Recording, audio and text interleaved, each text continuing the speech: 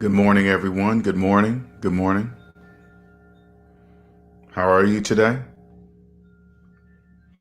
Give you guys a chance to get up in here.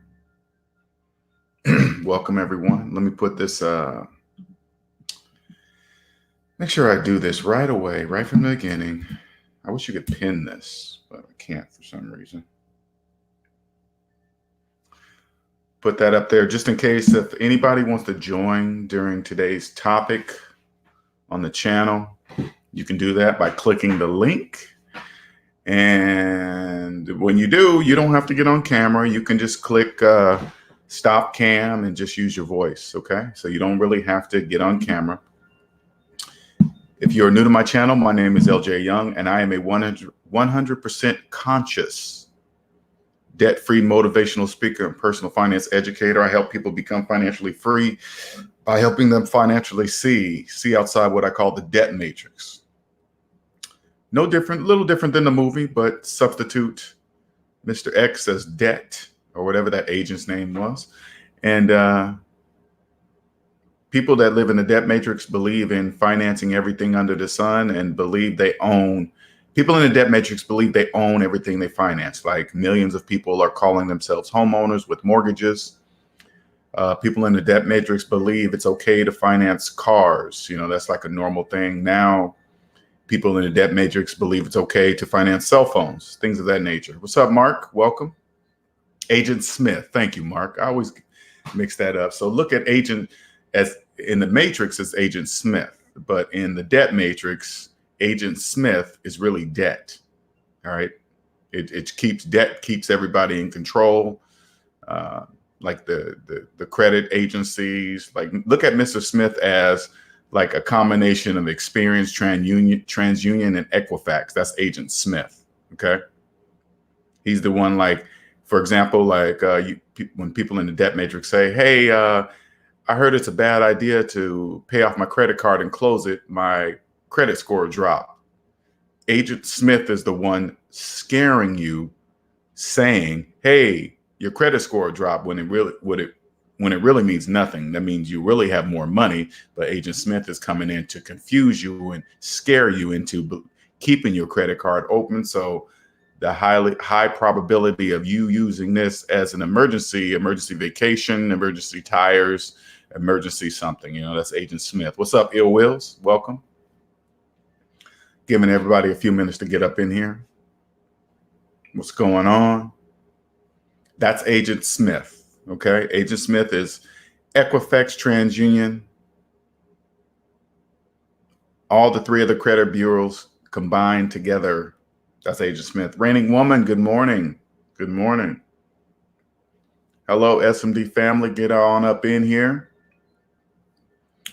Welcome, welcome. Get on up in here. Look at the topic. Look at the Urban Bros. Oh, man. Mazda 5, good morning. SMD family, get up in here. Urban Bros been busy, man. I've been watching you guys on Instagram, man. You guys are not messing around. You guys got about 15 channels now, right? All filled with thousands of people. Get up in here. Good morning, Willie. Good morning. I hope I said, did I say good morning to you already, Quentin? All right. If not, I'm saying it again. Get up in here. Norvell, good morning. Good morning. Good morning. You guys see the topic today. Now, again, I'm gonna be reposting this every now and then, so you guys know you can jump in at any time during today's channel broadcast. And let me get this thing going here at the bottom so everybody know where to go. Please don't forget to hit the like button if you like today's broadcast. Please don't. If you want to share, this is all you got to do is share. You don't have to tell them my name. You don't have to tell them where on YouTube I'm at. Just tell them to Google #SavingsMinusDebt. I will be the only one that populates in those search results. Don't believe me? Go ahead and try it. Google #SavingsMinusDebt. I'll be the only person that pops in there. They'll click on the video because there's nothing else to click on. And then if they like it, they will subscribe, share, like videos, etc. All right. And here is my Facebook.com/debt ain't my daddy. Okay. Here's my Cash App for donations. Much appreciated. All of you. Thank you, everyone, for buying my t-shirts. Much appreciated. There's my PayPal.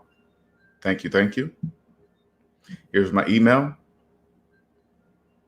Go ahead and take a snapshot of that.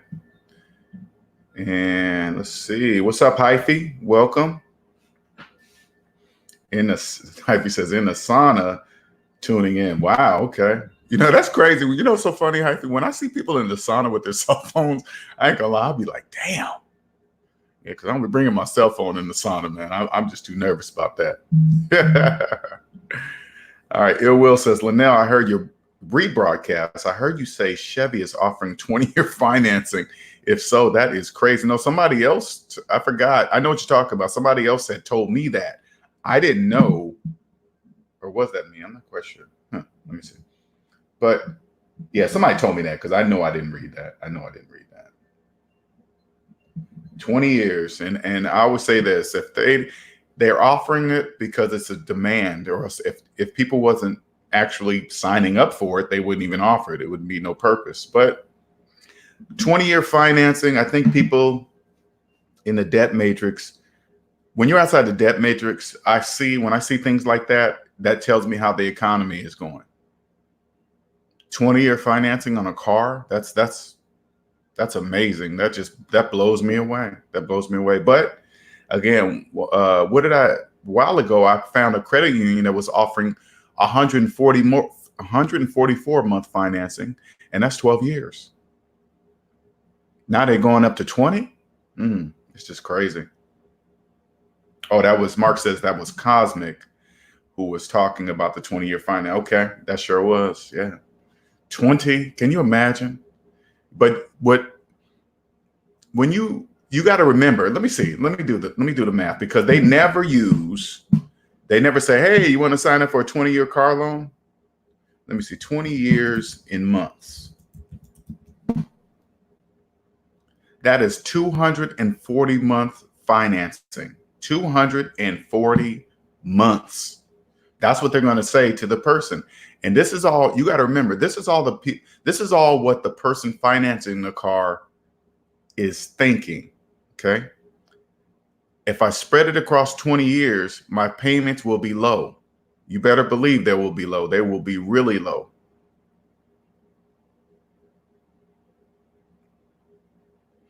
It'll be really low, right? 20 years. So, but you got to remember, people in the debt matrix, they don't look at it like that. They just look at it monthly payment. They get the car, and then they get to show off to all of their other friends in the debt matrix to say, hey, look, and can you imagine? Check it out. No, now that's funny. I got to post that. No, Real says 20-year financing, your car note will be $50 a month. It sure will. And you know what? Check it out. If a person in the debt matrix can get a brand new T-top, drop-top Corvette for $50 a month, they're going to drive off the lot happy. They're going to tell all their friends that they got a great deal on the car, because nobody gets a finance car on sale, but people in the debt matrix, they don't know that. And then they're going to tell everybody, check it out, and my payments are only $50 a month. They're going to say this stuff out loud and believe they got an excellent percentage rate, all that stuff, but they don't realize, first of all, if you're stepping on a car lot to finance a car, period, they know they have you. Okay. Because people that understand money, people outside the debt matrix like myself, we would never, ever, ever in a million years finance a car, ever.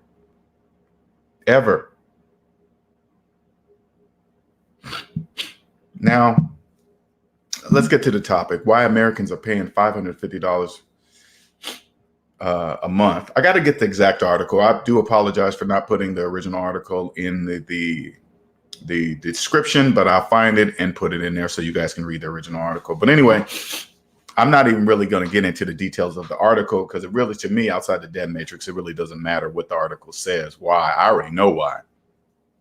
People are in debt. And if you think about it, that's $6,600 per year on a $550 a month payment. Now, I always tell you guys in the SMD family, I want you, when you get out of debt, you will stop looking at money individually, and you will always look at money collectively. Collectively means all of us have agreed that this green piece of paper means something to us, okay? It means that we can exchange goods and services for this green piece of paper with different denominations on there, okay? We all agree. Now, if the majority of Americans are paying $550 a month, which is $6,500 per year, if you don't have a car note, you now make $6,500 more per year than the average. The average is made up of millions upon millions upon millions of people making the same financial decisions as one, just like the Star Trek Borg, okay? With a leader. The leader says, hey, the average car payment is this. And if all the people in the debt matrix who are the Borg believe it, they believe it. And then if this is you, if you're listening to this broadcast now, or you're listening to this rebroadcast later, if your car payment is around $550 a month, you are part of the Borg that live in the debt matrix. That's you. Anything you hear, anything you do with money, and you're reading on Google and says the average cell phone payment is this, the average car payment is that, the average mortgage is this, that, they're talking about you. You're part of the Borg. This is why Chevy has come up with a plan for 20-year car payments. 20 years? Only people in the Borg would ever do such a thing, ever. And then brag about it. Somehow it's like this. The people in the debt matrix, they don't know. They will literally go finance a car, 72, 84, 20 years, and then drive off the lot happy, believing it's their car, number one, believing it. Number two, telling all their friends that they got it on sale. The sticker price does not matter to anyone who's financing a car. So if this is you, and it was me, I want to tell you guys, okay, when I say this stuff and you fall into the average category, I was part of the average for the first 40 years of my financial life. That was me. That was me. Believing I got a car on sale when I was making payments for 72 months. I have no idea why I didn't see it. I mean, I do now. Let me stop saying that. I do know. I was conditioned to believe that way. But if somebody would have said, let's put it this way. I'm going to say it in a way like, imagine me. Okay, I imagine myself going back to myself when I was in my 20s and my 30s. Now, I wish somebody would have said, hey, Linnell, if you finance that car, you're not getting it for that sale price, right? You do know that, right? Math will show you this. I can show you right now, Linnell. If you just give me a moment, I can show you with mathematics. At the end of your 72-month contract, that's your sale price, Linnell. And by the way, Linnell, the reason why you're financing this car is because you don't have the money to pay cash for the car, right? You know that, right? Well, we both know that. I'm you. We both know that our bank account doesn't agree with you buying that car, right? We know that. But since you don't have the money for the car, you do know you don't have the money for the taxes on that car either, right, Linnell? So since you don't have the money for the car, and you don't have the money for the taxes, you're going to be financing the taxes too, spread out over 72 months. Now, if you really want me to do the math, now I can show you. If somebody would have showed me this on paper, I would have never financed anything, because that same person, me, coming to the past, by the way, it doesn't just stop at cars, Linnell. You do know everything you finance, a shirt, phone, clothes, shoes, gas, everything you finance, you're financing those taxes too. Now, if you stop financing things, Linnell, you will no longer be part of the average. Imagine how much money you'll save per year. So, Linnell, if you looked at the bigger picture, the collective average, 550 a month is $6,600 a year, or 6,500, excuse me, $6,500 a year. I've been saying that number wrong. 6,500, right? Or is it 66? I'm getting confused. Let me see. 66. Sorry, you guys. Sorry. 66. I'm looking at too many things at once. $6,600 a year. Now, if you stop financing a car, you stop financing furniture, you stop financing washer and dryers, think how far ahead you will be above the millions of people in the average. Man, I would have been so far financially ahead. And I was thinking about this last night too. I was watching something. I don't know. Anyway, now that I'm 50 and I'm financially free, I look back in my 20s, 30s, hell, even 40s, right? Consumerism is aimed at that age group. Since 18, I say it's 18 to about 40, mid 40s maybe. I mean, 40s is the deadline. 45, you're really pushing it right there. But if you watch commercials, put them on mute and just look at the age of the people in the commercials. Okay. Those people are the focus. They're usually young, naive about money. They don't even know. People that are young are usually followers. They don't ask questions why. They just go, oh, okay, credit is the way to go. Okay, worship the credit gods. Okay, I'll do that too.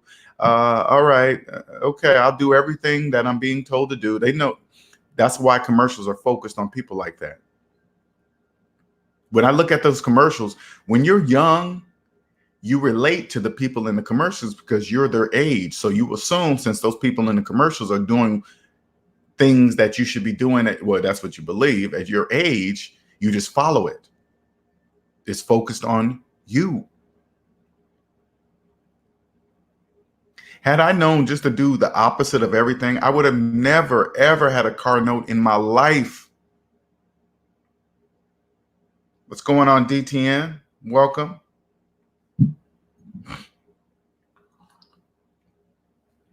If this is you right now and your car payment is around that, you are part of the collective average. You are part of the Borg, the part of the debt matrix. You are plugged in.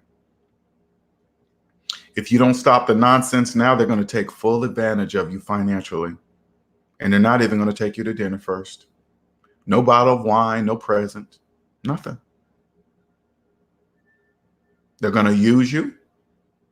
Because right now I look at it this way. I always look at the bigger picture. What the majority of people cannot see that there are two economies. And remember, everything I can say, I can 100% prove, okay? I'm not just making this up.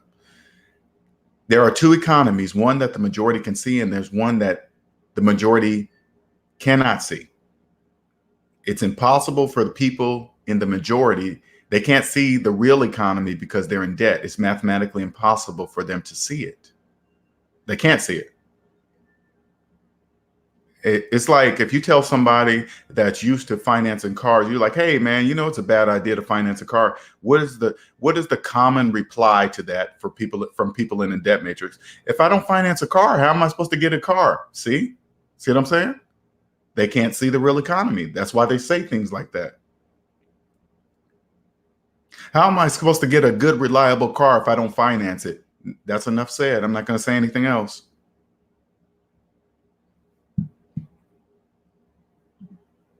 DTN says, finance my whip, never again after this, but someone making a $550 car payment is insane. Yeah. It's not, I mean, let's take it on, I'm going to take it on a higher level with you guys so you guys can understand something, okay? And I really want you guys in this SMD family to, if you can practice this, you will stop calling people. And I'm not saying this in a negative way. I want you guys just to understand something of how I think. You'll stop thinking people who finance cars for 20 years is insane. You'll stop calling people that finance $1,500, $1,000 cell phones. You'll be like, oh my God, you're crazy. People that do things like that. I want you guys to understand something really. It is a different language. No different than somebody coming from Paris speaking French to you. And you're like, hey, I don't understand what you're saying. This is the same thing. They cannot hear you. They don't understand a word that's coming out of your mouth. I try to give you guys examples so you can see and hear what I mean. That if you guys take this, if you guys truly, like in my mind, I have truly accepted that I speak a different language. This is why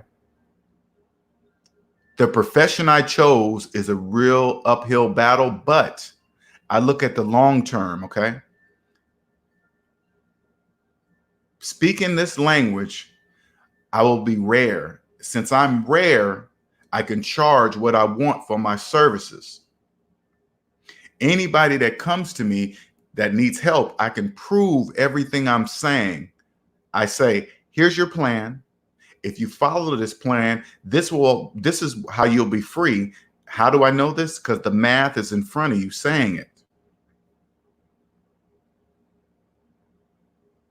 Now, I have accepted that what I speak is a whole different language. So I don't really get upset at people that do 20-year car loans. I don't say, hey man, you're an idiot. Oh my God, you should never do that. No, I just, because me going up to them, they wouldn't even understand what I'm saying. They would be like, what do you mean by that? Oh, I don't get it.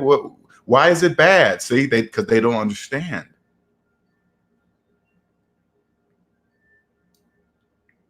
And then people in debt, this is how they rationale. Remember, they only speak debt. So even if you went up to a person, and everything I'm saying to you guys, I want you guys to personally say this to a person in debt. Don't worry about them reacting wrong about it, because they won't know why you're saying this. So go up to somebody and say, hey, go up to somebody that's financing a car, right? And then you say to them just like this, hey, man, I heard that there are 20-year car loans, right? You know what they're going to say to you? Whoa, man, that is crazy. I'm glad mine is only 5. I'm glad mine is only 3 years. I'm glad mine is only 7 years. I mean, they don't even say 7. They'll say mine is 84 months. Half the people don't even know how long their contract is. Half of them don't even know. But they'll say, whoa, I'm glad mine is not that long. And then I want you to think to yourself, why do they think theirs is better than the other? They can't hear you.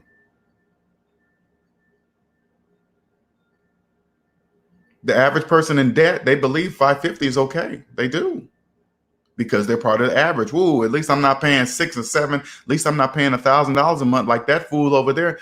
You guys are all in the same. You just want to go like this. This is what I want to say. You guys are all in the same debt matrix. What are you talking about? There's no difference. 20 years, 5 years, it doesn't matter. It's all the same.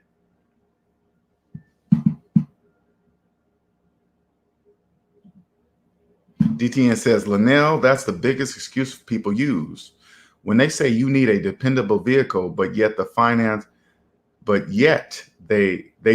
20-year car on low payments with high insurance. Yeah. They don't know they're doing that though, DTN. SMD family, if you want to keep your friends and family in your life, you got to accept that they speak a different language, and just accept it. That they're not dumb. They're not stupid. They're not doing anything. They don't know. I mean, literally, they do not know. All you got to do is this too. Say like this, for example, I'm going to give you guys some examples that you can use in the debt matrix, okay? They won't know. Go to a person with a student loan and say like this, hey, you know, if you don't pay off that student loan, you're going to die with it. You know that. You're going to die with that student loan if you don't pay it off. And then step back and look at the reaction. Some will say, "Oh well, you can't take it with you," or these are things that people in the debt matrix say. "Oh well, you can't take it with you. You only live once. Well, I can afford it," or they say things like that, and then you go, "No, I mean, you're okay with paying on a debt your entire life." They're cool with that. And then at the same note, those same people that keep student loans their entire life say, "Oh man, college is expensive." Yes, for you it is. Keeping a student loan your entire life, college is very expensive for you. But you can't say that part. Okay. They'll catch on. They'll be like, "Hey, why are you talking about me? You think you're better than me?" When you're trying to just show them something, but since they can't understand the language you're speaking, they're going to take offense to it.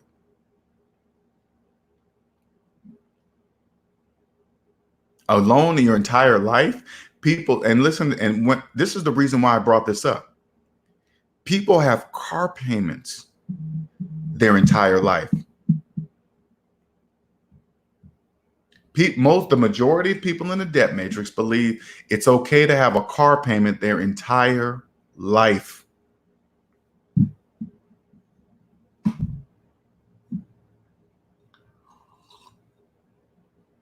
Now, you guys in the SMD family, I want you guys to pay attention to this. $550 a month, $6,600 a year. You don't have a car payment, you make $6,600 more per year than the average. Okay. If the average student loan payment, I'm just making this up. Let's say that's $500. The average student loan payment is $500 a month. That's $6,000 a year. You don't have a car, or you don't have a student loan payment. You now making an extra $6,000 more per year than the average. Those two alone, that's $12,600 a year. You now make, just those two items alone, you make $12,600 more per year than the average. The average is made up of millions upon millions of people making these type of payments. Do you guys see how it adds up? Only when you think about it collectively. There's no sound. You guys can't hear me? Can you guys hear me okay? I see the thing moving. Let me know if you guys can hear me or you cannot hear me, because DTN says there's no sound. Is that true? I don't want to be yip yapping and nobody can even hear me. Okay. All right, DTN, it sounds like it's you, man. What's up, Fasting is Life? Jennifer, welcome. Welcome. Okay.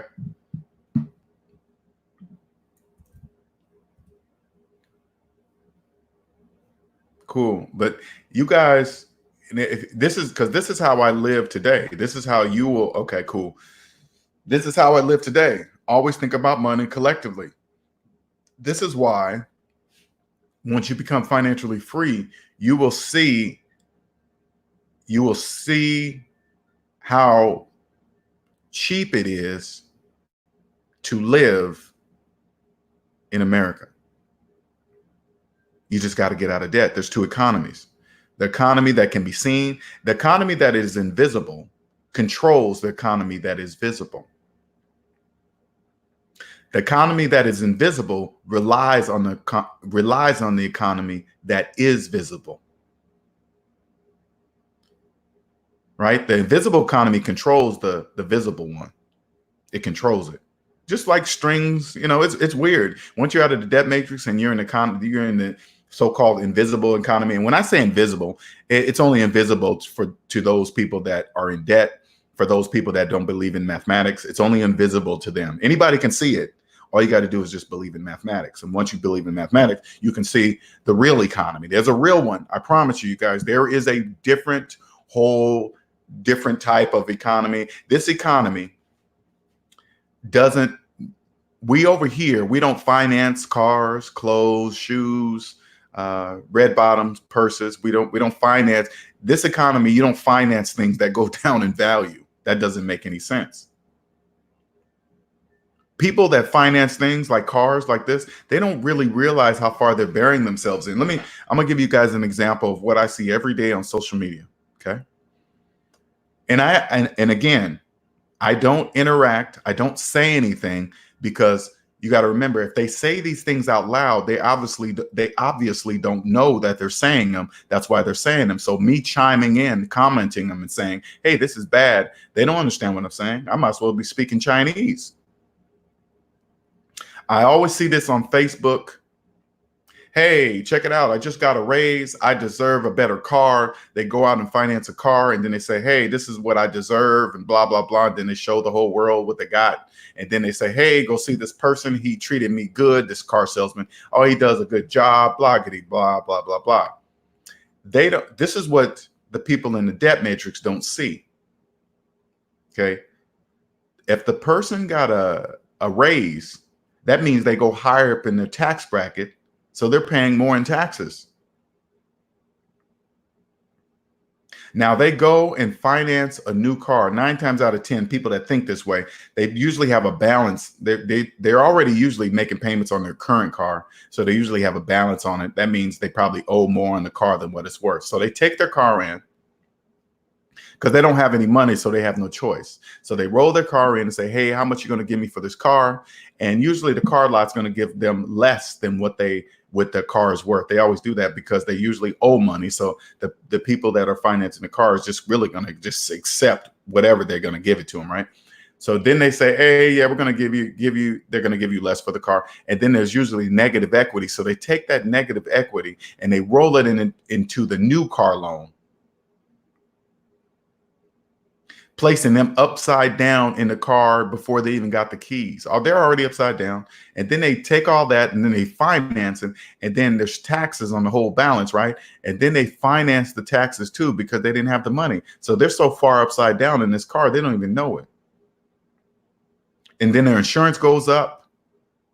It's just everything, right? And then they roll off the car lot, take pictures of it, put it up on Facebook and say, hey, look what I got. I got a great deal, awesome percentage rate and all this other stuff. When in real life, they buried themselves.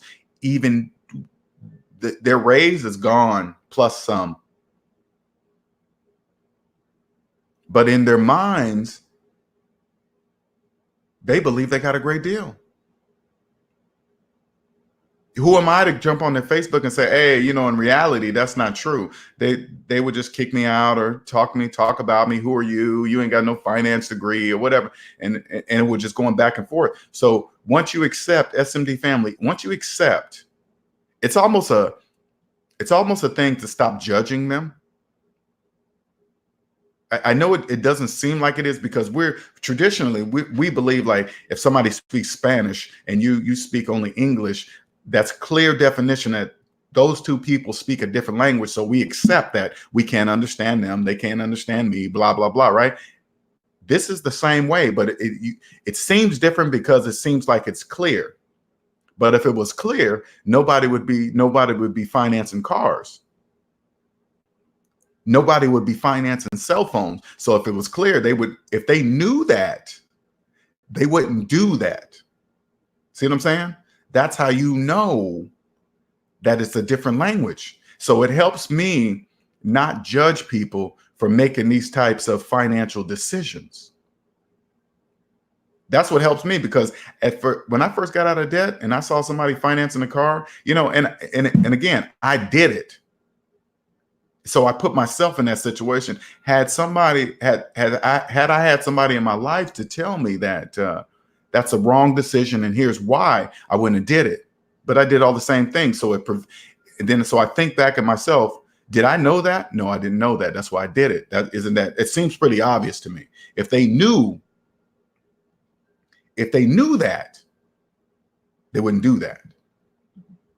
DTN says, my cousin just financed his entire living room set furniture for only $35 a month, but his furniture is nice, but them interest rates probably bizarre. I just nodded my head and said, nice, cousin. That's exactly what you're supposed to do, DTN. Exactly. You did exactly right. That's exactly what you do. Yeah, and Jaws, he DTN did exactly what he's supposed to do. Because in real life, outside the debt matrix, if you're financing furniture, you're telling the whole world you're telling the whole you're telling the second economy about your finances. What's up, all around strong? I didn't see you sneak in there. $35 a month, his entire furniture bedroom set or living room set, living room furniture. He's already done it. Who are you to come in and say, hey, that was wrong? He doesn't know that. That's why he did it. If he knew better, he wouldn't have done it. I financed furniture before. I did it. I financed TVs, furniture, washer, dryer, bedroom sets. I did it all. Places like Rent-A-Center, they're taking full advantage of people. I mean, they're not doing anything illegal. Nothing. Who people who finance furniture, they're not bad people. They're not evil. They're not none of that. That's business. Anyone could walk in the Rent-A-Center, do the mathematics, pull out their calculator and say, hey, how much is this furniture set? And they come up and say, hey, it's $35 a month. You can have it all. You say, how long? Okay. What's the interest rate? Okay, 1 second. Pull out their calculator, do the numbers. And they're like, oh my God, I'll be paying triple the price for that furniture, what it's worth. Yes, you will, if you do that. And then you can just walk out of Rent-A-Center. You don't have to sign anything. You don't have to be a math major. You just pull out your calculator on your phone. And then that's it.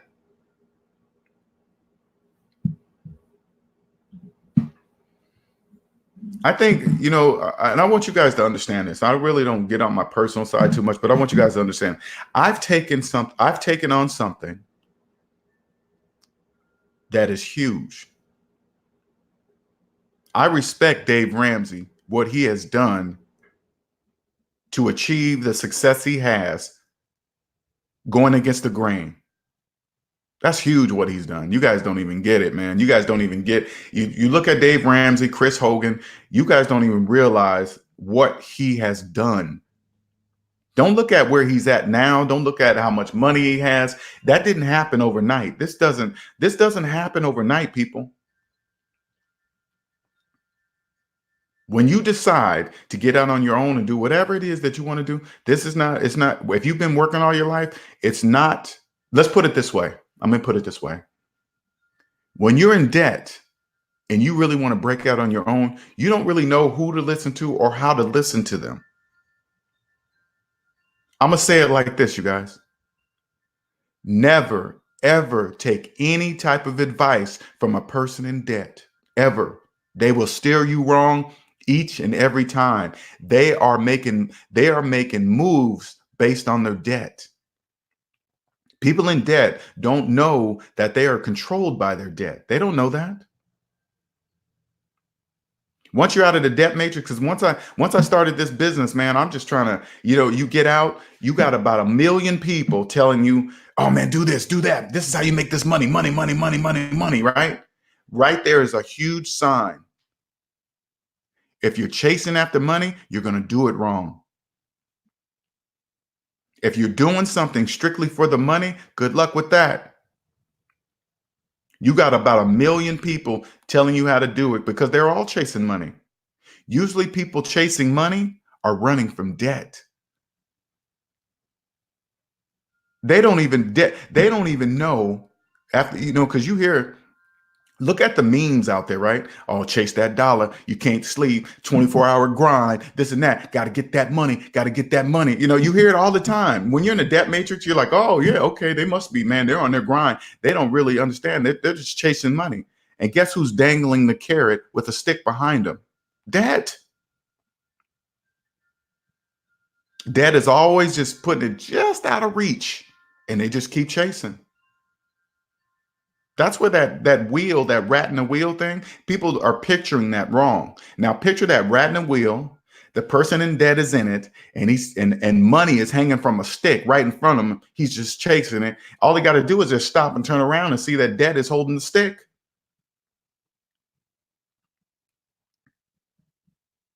All they got to do is stop and say, wait a minute, what the heck? And then turn around and say, debt, that was you the whole time? Yep. Debt is just going to be smiling at you. Yeah, you got me.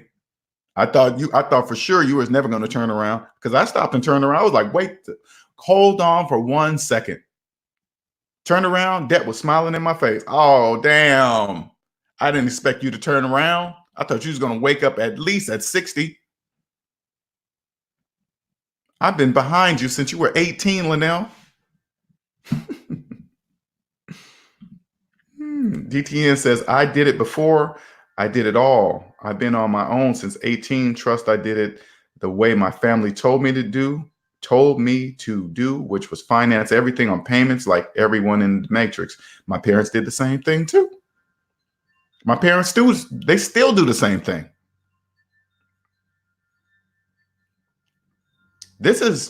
I want you guys to understand, once you get out of this economy, get out of the visible economy and get into the invisible economy, you will see everything I'm telling you, but you got to get out of debt.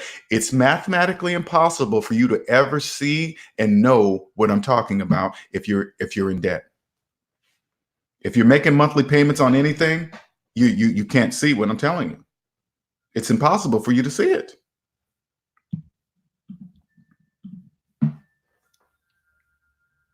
Me too, man. I don't listen to Dave daily, but I did when I was first getting out of debt. And like I said before, he's done something that's remarkable. This is huge for me, you guys. Huge. This is huge. I put everything into this. And I do this on a daily basis. I put everything into this because you know what drives me right now? There is no going back for me. There is no going back to the 40-hour work week. There is no, I'm not going back. Everything I've been taught about money and the work life, I've been taught by people who are in debt. As a young adult, I didn't know to ask that question. Hey, are you in debt? You just don't know that. You just don't know that question. Hey, look at the economy collectively. What do you mean collectively? What are you talking about? I'm about me and my money. That's exactly how they want you to think in the visible economy. They want you to think of it yourself. People in debt say these things all the time. Oh man, I know student loan debt is $1.6 trillion, but mine is only 30,000. Mine is only 15. Mine is only 50. It's not as much as so-and-so. It's not as much as the one I heard on Dave Ramsey. You guys are all part of it collectively. They don't even know that, because they're thinking about money individually.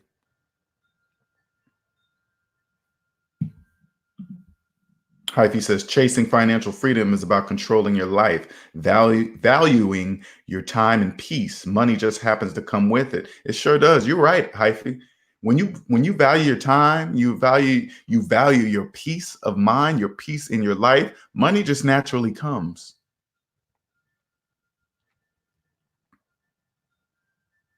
I've learned since jumping out on my own, because again, I didn't know who to talk to when I came out into this business. Like when I started this, people were calling me crazy. Nobody's going to listen to that. Even my own friends were telling me that.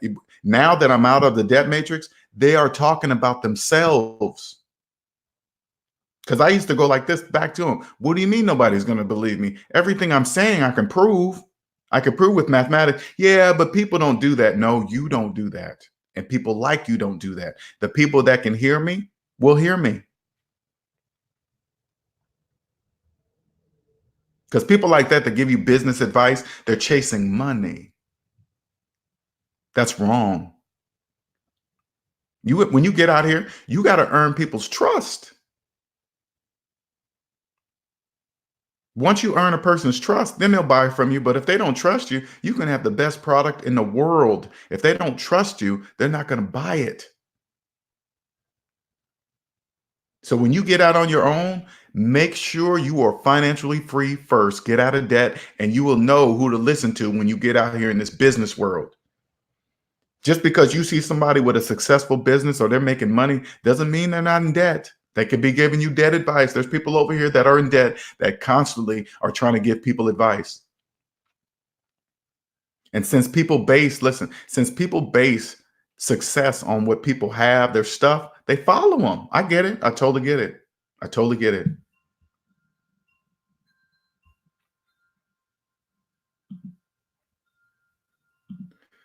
Jennifer says, Dave Ramsey woke me up. I respect him so much. Sure did. He taught me the way. Taught me the way. Mark says, LOL, too funny. Debt smiling with a thumbs up too. Exactly. Smiling, big old smile. All his teeth well done. I gave Debt some braces. Now his teeth are straight, haircut every week, and I was paying for it all. Turns around and say, damn, you saw me, huh? I thought you were never going to look around. Most people I dangle this money carried in front of, they never turn around, and you did. Damn it. Mark says, I will always be appreciative of the girl who put me on. It's like a vision is right there in my eyes, and I'm so close. Yes. Can you? I know. Hey, Mark, I know you can see it.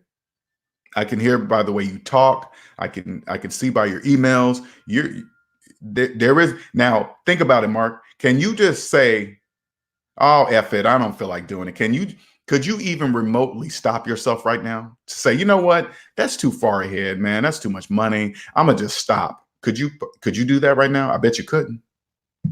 It's a double-edged sword. You can't stop and turn around. You can't say, this is far enough. I'm good. I'm cool with being in debt. No, you can't. There's no doing that. Jaws 2003 says, my mom's husband has debt with cars and trucks. He has a 2006 Chevy Avalanche that needs a transmission and a radiator. It's just sitting up, and he borrowed money on it. I plan to get that truck. Wow. Can you imagine making payments on something that doesn't even run? That's got to be the most horrible thing.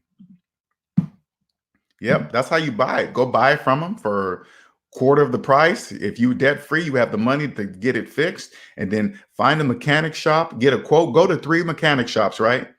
And then walk and say, hey man, I need XYZ done to this truck. Can you do it? Yeah. And then you ask them how much, and then they're going to tell you, they're going to quote you a price. And then I want you to say, how much for cash? Because you got to remember, just because it's a mechanic shop doesn't mean the person that's running the mechanic shop is not in debt up to his eyeballs. Don't be fooled by a business. You just say, hey, okay, cool. I got the quote. How much for cash? Go to 3 mechanic shops. Okay. You walk in and make sure you let them know that you're evaluating 3 mechanic shops.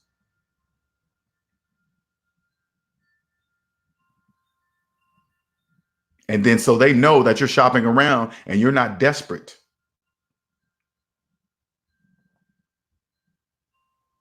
One second here. I lost my place here on the thing here. One second here. It was Jaws method. Man, where did that go? Crap. Okay, here we go. DTN says, Linnell, are you sure you're not having the 9 to 5 withdrawals? Don't you miss the 30-minute to 1-hour breaks, the once-a-year vacations, medical, sick leave, waiting on raises, et cetera, et cetera? It's so crazy to think about that, man. When I think about that today, that was normal for me.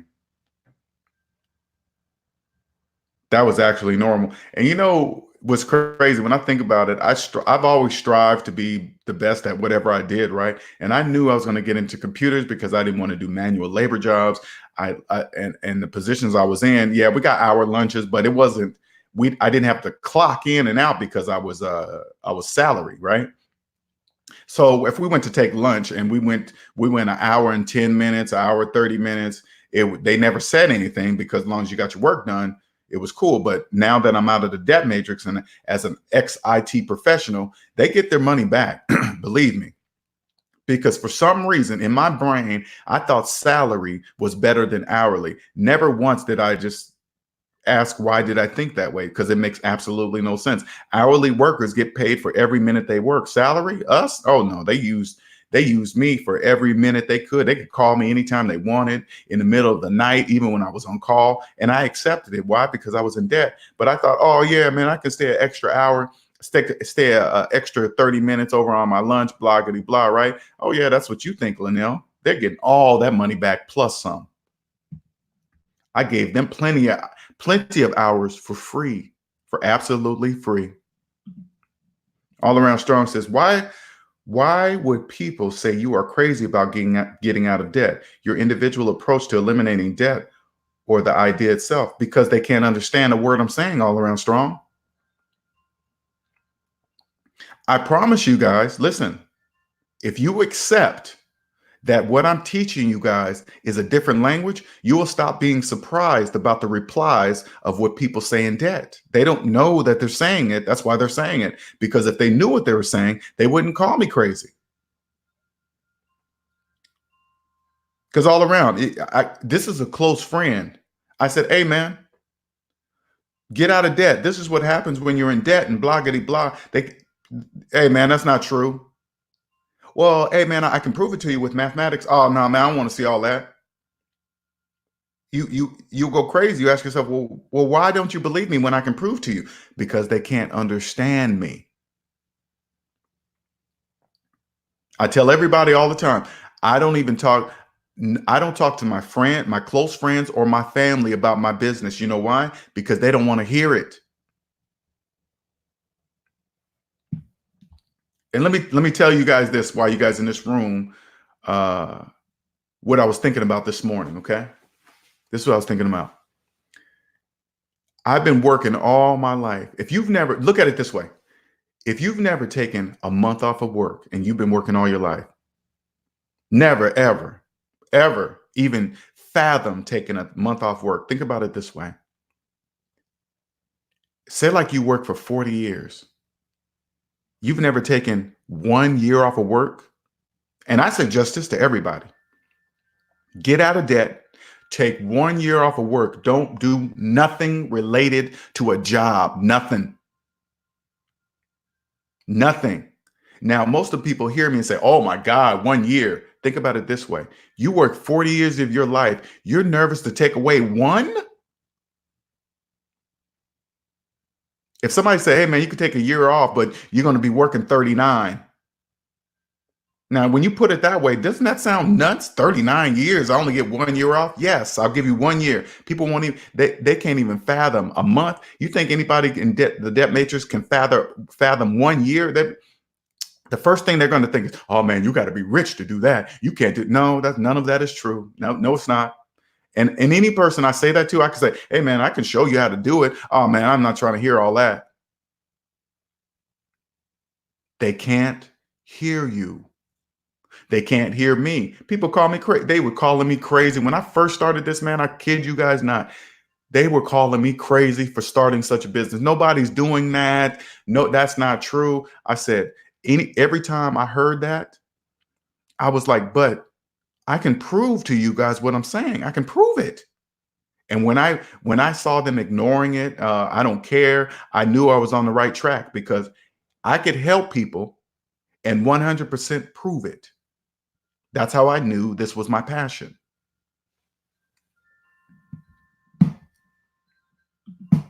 DTN says, Jaws 2003, he's still making payments on it while it sits. He sure is. Brian says, I recently got into an argument with a paramedic on Facebook.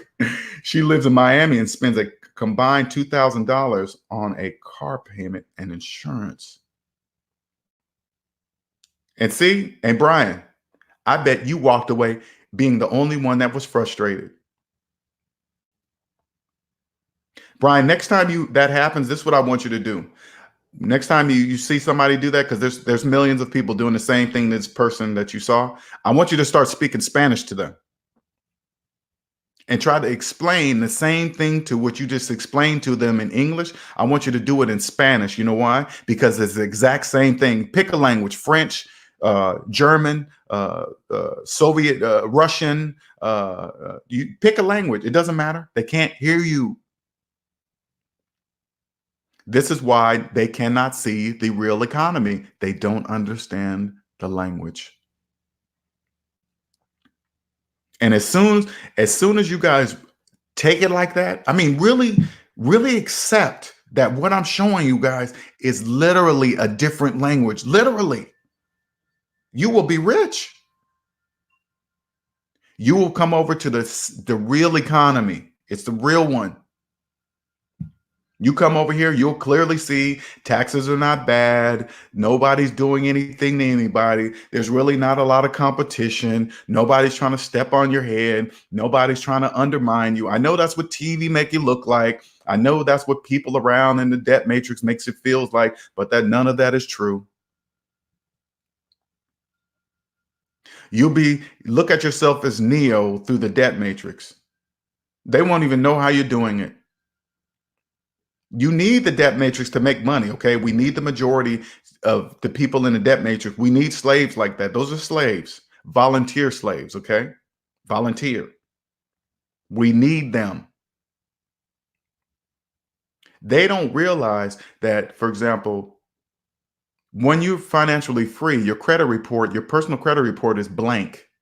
So who cares who sees it? That's why I always post my entire credit report, not just my credit score, my entire credit report. You want to go see it? Go to my Facebook.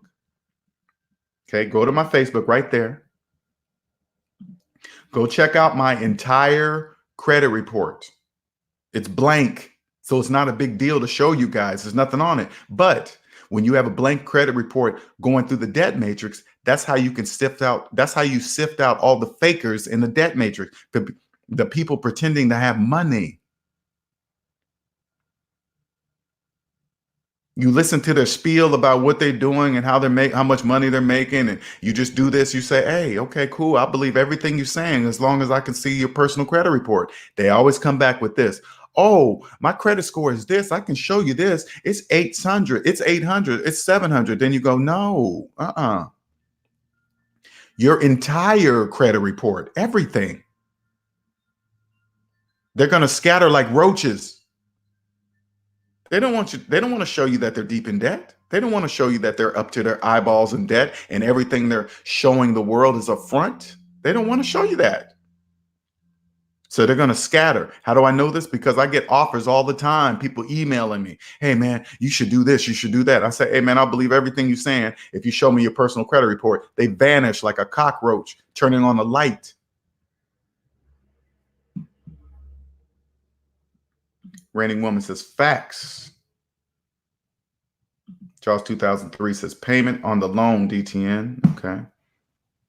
Mark says, "No stopping now." There is no stopping. You couldn't stop right now if you wanted to, Mark. You can't even turn it off. You can see how to become a millionaire. You can't turn that off. Oh, forget that million. That'll never happen. Once you get out of debt, and I want you guys to understand something. Million, billion, trillion, those are just words. Once you get out of debt, you won't even look at money like that anymore. Money won't be on the forefront of your brain anymore. It's not like that. You don't think about paper. That's green pieces of paper with denominations on it. When I was in debt, I thought about money every single day. Charles 2003 says, "Got it, LJ. As a matter of fact, I'm going to see my mechanic on my lunch break." Yeah, go test it. Go test it. Say, "Hey, man, I got this. How much is it going to cost to do this?" Now, because you got to remember, the person behind the desk is judging you to see how desperate you are to get that car fixed. How bad? Because usually people that come to mechanics, they're desperate. I need this fixed right now. I needed it fixed yesterday. No, you walk in and say, "Hey, man, I'm looking to see how much it costs this." Okay, they're going to give you a quote, and you get the quote, and you say, "Okay, cool. I'm going to go check out a couple more shops, and then whoever comes up with the best price is going to get my business." I want you to pay close attention to their facial expression when you say that, because that doesn't happen every day. People don't walk in and do 3 mechanic comparisons. They walk in desperate, needing their car, their vehicle fixed yesterday, and then that's where they got you. Once you get it in there and they start on it, check it out. Once you get it in there and they start on it, now you're stuck. What are you going to say? "Hey, stop." What? They know they have you. So when you do this, you walk in, "Hey, man, by the way," get the quote first and say, "Okay, cool. Thank you. I'm going to take this." And now no, you should say, "Thank you. And now I got to go check out a couple of other shops." And they're going to be like, "What?" Oh crap, I didn't know you, because they might just be jacking up that price on that repair bill just because they think you're desperate. And then when you say that with the quote in your hand and your pocket, they can't take it back now. They can't take it back. Then I go say, "Oh, hey, give me that back. I forgot to do something." No, no, it's too late for that. Mm-mm. They told you one about their business practices right away. They'll tell you if they're working from debt, because people in debt are greedy. Okay, so they'll jack up a customer's price just to get a commission or jack up their sales, whatever. That's things that people in debt do. They cheat. Okay, they just do stuff like that. This is how you sift through those type of, this will help you pick the right business. This will help you pick the right business partner. People in debt are driven by debt. They don't know they're being driven by debt. They don't know they're running in that wheel with debt holding the stick with the dangling money in front of their face. They don't know that, but you do. Brian says, consumer debt keeps the Fox economy growing. Did I say that right? Fox economy growing. The government has a vested interest in keeping us in debt to keep growing their tax base. Okay, I'm gonna say something out. I'm gonna say something to you, Brian, so you can understand how I look at everything now. Okay. The economy, consumer debt keeps the economy, the visible economy going. That's how it is. We must have slaves. They live in that economy. Slaves must be there for the real economy to keep functioning. Okay. The government, people speak of the government as some kind of separate entity. Who works there? Our family, friends, mom, dad, cousins. They're not some separate entity. The government is us. I know people in the debt matrix they just want to be able to point at something. Hey, it's their fault. It's the government's fault. And then when you stop and say, hey, wait a minute, isn't the government us? Don't your dad work for the government? When your dad comes home, do you yell at him? Why not? You said the government's doing it. And if your dad or your mom works for the government, why don't you just start yelling at them and tell them to change it? Because the government is us. They're not anything. You can change it yourself. You don't have to rely on anybody, some mystery government out there that some invisible entity. No. You get out of the second, you get into the real economy. That's important. There is a vested interest in keeping the visible economy the way it is. Consumer debt is how you do it. You keep people consuming. And what I'm saying to you, Brian, out loud, it doesn't matter that I'm saying it out loud. People in debt have no idea what I'm telling you right now, this moment. If they chime into this channel, come to this time in the video, and I'm saying what I'm saying to you, Brian, they can't even understand a word I'm talking about. They have no idea what I'm saying. I always give you guys tests to take out into the debt matrix so you guys can clearly understand that they cannot understand you.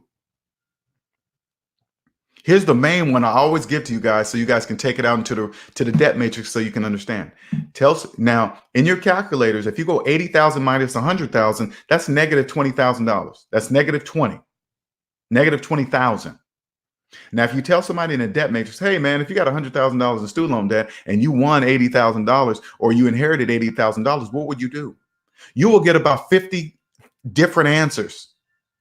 And then you got to ask yourself, why are there 50 different answers when there's only one? It's negative 20,000. You're still in the hole. Why do people in the debt matrix believe they have more money? That's part of the visible economy. They must believe that there's money there that isn't even there.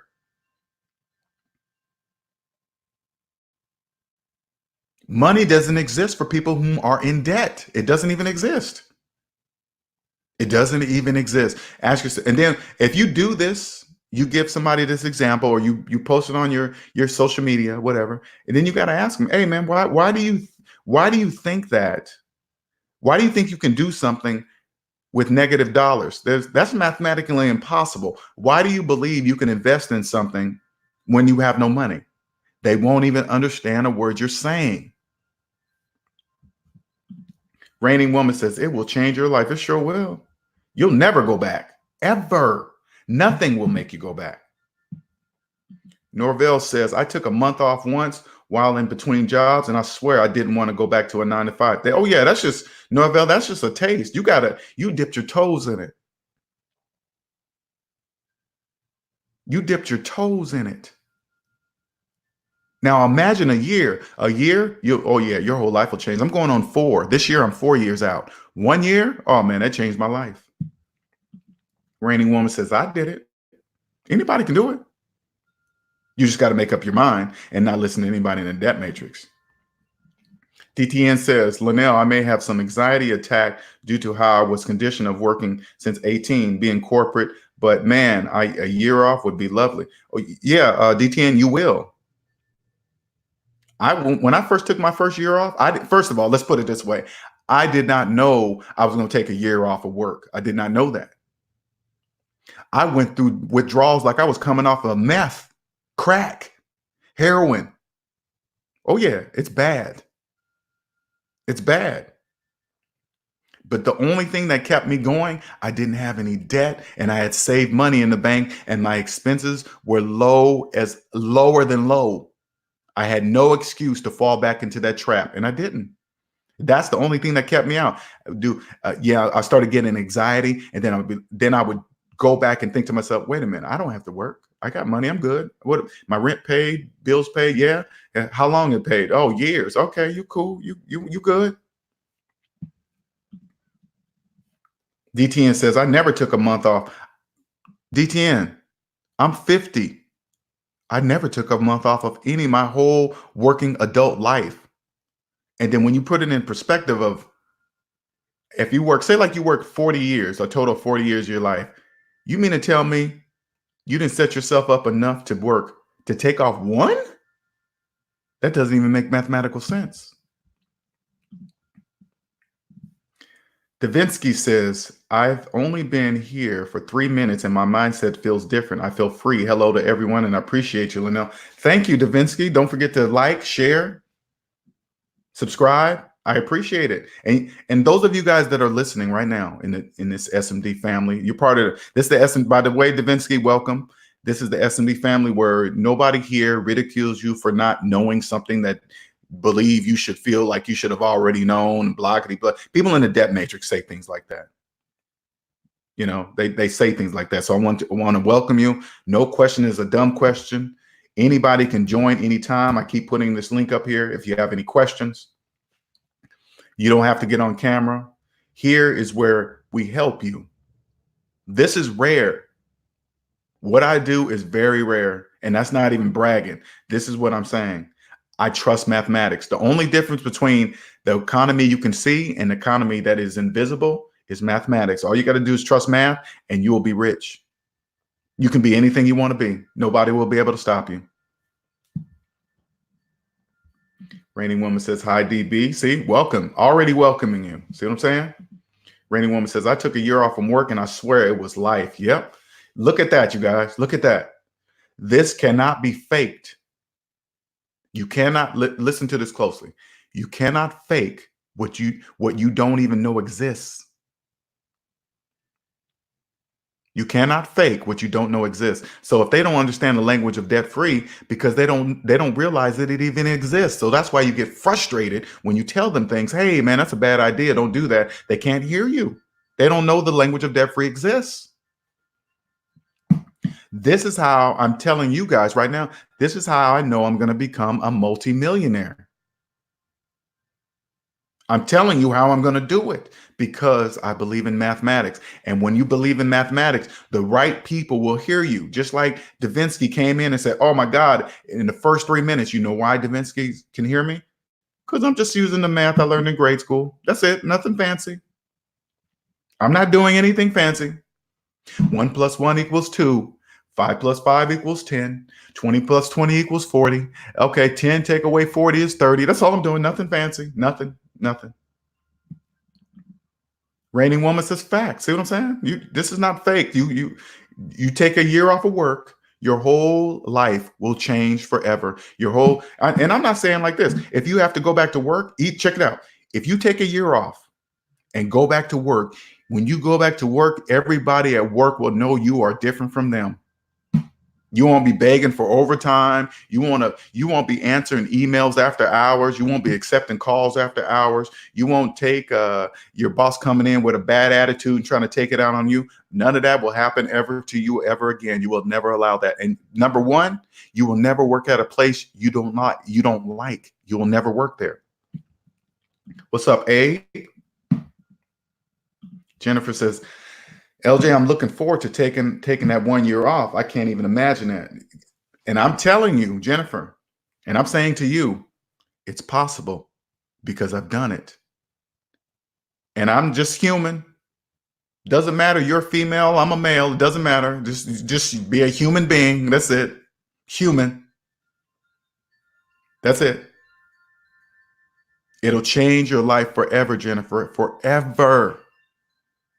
It will show you what life is really supposed to be like. This is life, you guys. This is life. And then you will do whatever it takes to keep this life, because it's a double-edged sword, Jennifer. It's a double edge. Once you feel it, once you take a year off and feel it, you will do whatever it takes to keep it. I see you, reigning woman. I'm putting my my earplugs in so we don't get any feedback. But you'll do whatever it takes to keep it. That's where I'm at right now. To keep this life going forever until I'm dead. And I know right now I have what it takes to keep it forever. Reigning woman, can you hear me? You there? Turn your mic on. If you mute, you might be muted. Reigning woman, are you there? Hello. Hello. We can't hear you. I'm gonna leave it there for a second, see if she gets that technical difficulties figured out. Let's go here. Fasting for Life says, I understand because I was debt-free before college. And you're young there too, so it's a big difference. But let's put it this way, Fasting for Life. Once you become debt-free. And when I say it like that, I mean work hard to pay off this debt. Not saying that you haven't or whatever. There is no going back. I will never say I was once debt-free. That's the best way I can put it. I will never say, oh man, I got caught up. I had to finance a car. That will never happen ever in my life. I'll ride a bicycle before that ever happens. And I won't care what anybody in debt thinks. You know, the first people that are going to try to talk about you, people in debt. Oh man, you must be broke. You must ain't got no money. Look at your car. It's old. They all say those things. Brian says, right. That's why I call it a Fox economy. Oh, okay. Okay. Fake because it doesn't exist. Okay. Gotcha. So many people are underwater and will never break even, you know, and it's that economy is necessary. Put it this way, Brian. Let's put it this way so you guys can understand how this works and why. Not saying that you don't know how it works, but I'm saying, say it like this. If right now there's $1.6 trillion in student loan debt, half of that is what, $800 billion or something like that, somewhere around there, right? Say like the government said, you know what? Instead of forgiving all the loans, we're going to give everybody, we're going to pay off half of everybody's student loan debt. And they mailed out checks to those people. This is what would be smart for them to do, so the government can look good by doing it and let the slaves mess up themselves, right? Say like they said, okay, you know, we're not going to pay off everybody's student loans, but we're going to give you half the money. We're going to mail you a check and give you half the money to pay off your student loan debt. All right, give it to them so they can cash it. People in debt can't hear what they're really doing. So they would take that money. People in debt would not say, I'm going to drop this whole check on student loan debt. They wouldn't do it. They would take it, spend it, think they're going to invest in something, put half down, put the other half on a car payment and get some more get a car payment. That's what they would do. They wouldn't do that. They don't realize they're still in the negative, even if they gave them half the money. Their people are still in the negative, but they don't even know that. So now they spend the money, they're still in student loan debt, but now they can no longer complain about the high prices complain about student loan debt. The government can say, hey, wait a minute, we just gave you half the money. You're still complaining? Yes, because they didn't use it that way. That would be smart to give it to them directly, not even straight to the student loan place. Give it to them, because they won't spend it on this. They won't put it on the student loan debt. That's how the economy works. Quentin says, thanks for everything, LJ. I paid off the credit card we talked about. Okay, Quentin, Quentin is the person I met recently. It was a pleasure meeting you too, Quentin. My bank account don't look the same, but it's only temporary. It's temporary. Don't be fooled by the facade. Okay, it's just temporary. That's how the banks want you to look at it. Pay it off. Your money's going to stack so fast. Okay, don't even worry about that part. I thought the same way. But anyway, it was a pleasure meeting Quentin in person. And Quentin, I had a couple of users want to see if we can talk about our experience. They want to hear what you and I talked about, and I think it would be awesome. You don't have to tell everything. You just tell what you want to tell, so they can hear. I would love for them to hear your world before you came to me, of being confused in the debt matrix, wandering around until you heard me or found me or whatever, right? So let me know if you would like to do that. Just put it that way, okay? I don't like putting people on the spot. Brian says, I've taken 6 months off and had 2 years of living expenses saved up. It is liberating. I have no anxiety about losing a job. Isn't that a wonderful feeling? That is a wonderful feeling when you don't have to worry about losing a job. You don't even care. Don't even care. It's like when you get out of it, say like when you have a job and you're in debt, right? And you want to start your own business, what's the first thing that comes to your brain? Oh man, I need to make enough money to support my lifestyle right now. That's mistake number one. If you're in debt trying to start a business, you only can equate the amount of money because the amount of debt you're in.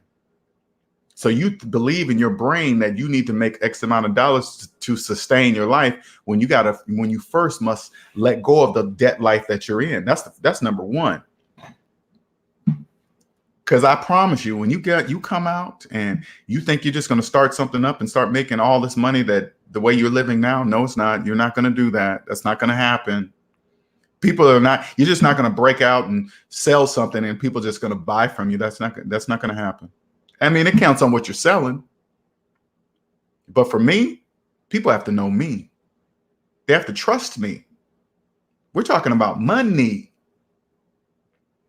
They come across my channel. Who are you? Who's this guy? Does he got a financial degree? Or did he go to Harvard Business School? No, you don't need any of that. That's all fake. You don't need any of that. There are people with Harvard financial degrees that are in debt. That doesn't even make any sense. You got a degree in finance and you're in debt? That doesn't even make sense. You know why? Because they don't know they're in debt. They don't know that doesn't make financial sense. They don't know. Will S says, the living check to check mindset blinds you to even the idea of taking more than a week off at a time, let alone a full year. Yeah, that blinds you. Oh yeah, you're blinded by an invisible blindfold. It's not even there. You know what? This is how debt blinds people. They just go like, this is what it does. Debt says, hey, you got a blindfold on. And then the people in debt believe it. It's not even there. They don't even have a blindfold on. Debt is just tricking them. DTN says, be sure to like, share, subscribe to the channel. Thank you, sir. Appreciate it. All Around Strong says, LJ, was your plan to get out of debt but keep working and just stack lots of money, or start your business? That is an excellent question, All Around Strong. Thank you for asking. I'm going to give you guys how this came about, how Savings Minus Debt was born. I had not a clue this was going to be born. Not a clue. First, I had to realize I was in debt. All Around Strong. I didn't know I was in debt. I know it's crazy. I knew I had car notes, payments, and all this stuff, but I thought I was normal. I was normal to everybody in the debt matrix. So when I started getting out of debt, I immediately started sharing with my friends on Facebook, sharing my close friends, family.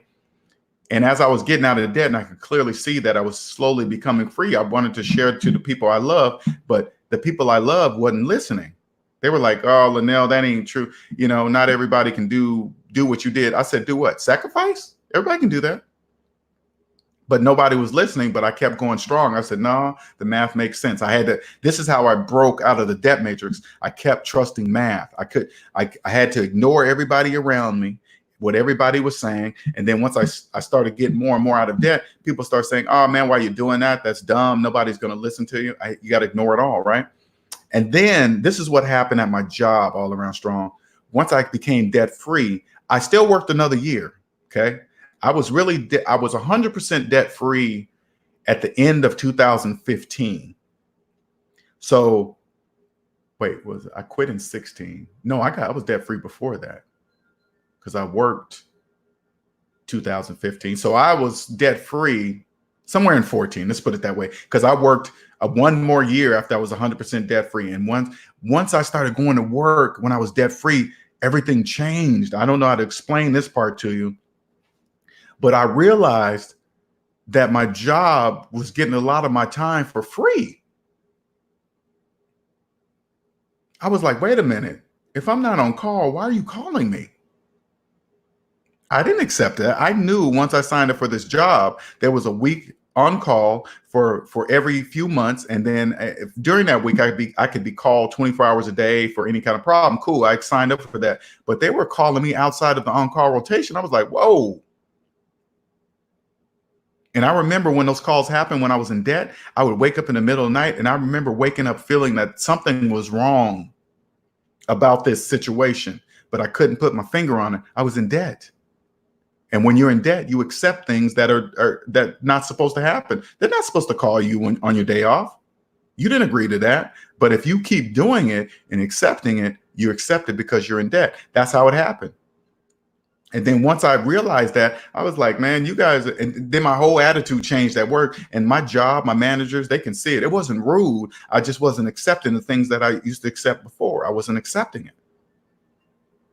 And then the last straw, and I wasn't planning on quitting my job either. I'm gonna tell you guys how that happened. And I'm gonna try to put this in words. I was starting to become unsatisfied in the position I was at my job. I was starting to become unsatisfied. It wasn't fulfilling, right? So I remember applying for this other position that I knew for sure I was going to get because I designed it. When I was denied, and then they said, "Hey, you're gonna train the new person that we're gonna hire for it." I said, "What?" So I called a meeting with the managers. I said, "Hey, man, let me make sure I got this straight. It took me 2-3 years to learn this system. And so now that I want to be a manager in this area, you guys are denying me. And so you're going to hire an outside person, and then you want me to train them because you know it's going to take me at least a year to transfer this knowledge. What I can do today?" They said, "Yes, sir. That's what we're going to do." I said, "Okay." I waited to the end of the year so I could finish out my benefits and get my bonuses and all that other stuff. Because if I quit before the end of the year, I wouldn't have got my year bonus. I waited to the end of the year. Then I quit. They were like, "Hey, why are you quitting?" I said, "Well, you guys denied me that position. I'm going to go to a place that will accept my position, accept what I want." And that's exactly what I did. If I was in debt, I would have had to accept what the business decided to do. I would have had to accept to sit in the same position and train a new person with something that I already knew today. I wasn't going to do that. No, that was a waste of my time. So I quit. And once I quit, I got hired at another job. They paid me $50,000 more per year than what I was making at this previous job. 50 grand. That was the most money I ever got in a raise in my life, all because I believed in myself. I said, I'm worth more than what you guys are paying me. I know what I want to do. And then I just went to the job and I said, "Hey, this is what I want." And they gave it to me. But by that time, I'm debt free. Money doesn't matter anymore at that point. So I only stayed at that job for a month, and then I quit because I didn't want to do that anymore. That's how it happened for me, All Around Strong. Everything, once I got out of debt, everything changed, everything. Sean C says, "I do deliveries. If I try to take a month off, I would be fired on the second week. Last time I had a week off was the first week of June." Yeah. Yeah, you probably be fired because you got to remember, they got plenty of people that will never take a week off or a year off or whatever. They'll never do that. They'll never, or a month off. They have plenty of people. Listen, This is how the economy, the visible economy that you can see. There are plenty of slaves to fill those positions that will never take a month off because they can't afford it. They're in debt. Once you start a business, you will understand this. There are more slaves than not. So if you want to take a month off and they don't allow it, they can just kick you out and put in somebody that will. They can put in somebody with 80-hour work weeks, never taking vacations, whatever. There's plenty of slaves for those, but just not you. Hyphy says, don't forget the car payment is only one portion. With it comes premium auto insurance. Oh yeah, I ain't forgot about that, Hyphy. Once you finance the car, that's the bank's car. The bank says, if you want to drive our car, you got to have full coverage insurance. And the person just agrees, okay, bank, I'll make sure I fully insure your car. Oh yeah, by the way, you're upside down too. So we need to have you get gap insurance too. Gap insurance is only offered to people who are in debt. So and that's separate from your regular insurance, by the way. So people get that insurance too. They do people in debt so dirty. Ooh, man, sometimes I feel so sorry for people in debt. Ooh, they just do them so dirty. But again, that's my feelings. It doesn't matter how I feel about it. They could just use mathematics and get out the debt matrix. Brian says President Obama was stuck paying his student loans until a year before his presidency. He wrote the children's book to help pay for some of his Harvard loan. Tuition at Harvard is about $80,000 a year. And see, I've heard that. Do I believe it? I don't really believe it. I mean, you could say anything you want, I guess. I mean, but if it's true, oh well. Put it this way. Unless I see that with my own eyes, unless Barack Obama tells me that personally from his own mouth, I really don't believe it. I don't even believe it. Carry student loans, I mean, people do it, don't get me wrong, but I think a person in his position, I don't. I just think it's a way to better connect with the 45 million people in student loan debt. Oh man, Barack Obama. Listen, this is how people in debt think. Oh man, if Barack Obama kept his student loans that long, I guess it's cool. I guess he's smart. Then I guess it's okay. This is how people in debt think. I guarantee you this. I guarantee you, since when a Barack said that, the people say, oh, I guess it's not so bad. People in debt say things like that. I guess it's not so bad if Barack did it. Yes, it is. It's bad. What do you mean? It's not. What? They can't hear you. I had somebody, I remember when I was on, I think it was O'Shea's channel. Somebody in the comments said, hey, hey, Barack kept his student loans for this long and he paid them off then. I just wanted to go, why are you saying that? So what? What does that mean? Why are you saying that? He's saying that because he doesn't even hear what he's writing. That means nothing. That means absolutely nothing. Just because somebody popular kept their student loans longer than actually going to college. That says the exact opposite if you really think about it. Who in the world would pay for go to college for 4 years, but pay in their college for 20, 30? That doesn't even make any sense.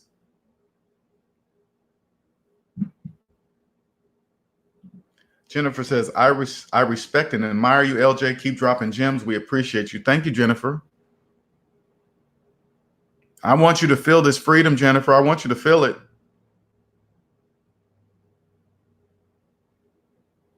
Again, it's a double-edged sword. Once you taste it, and Mark can attest to this, there is no going back. That's the hard part. You got to understand that. So if anybody in here is in a relationship with somebody and you wake up and your partner does it,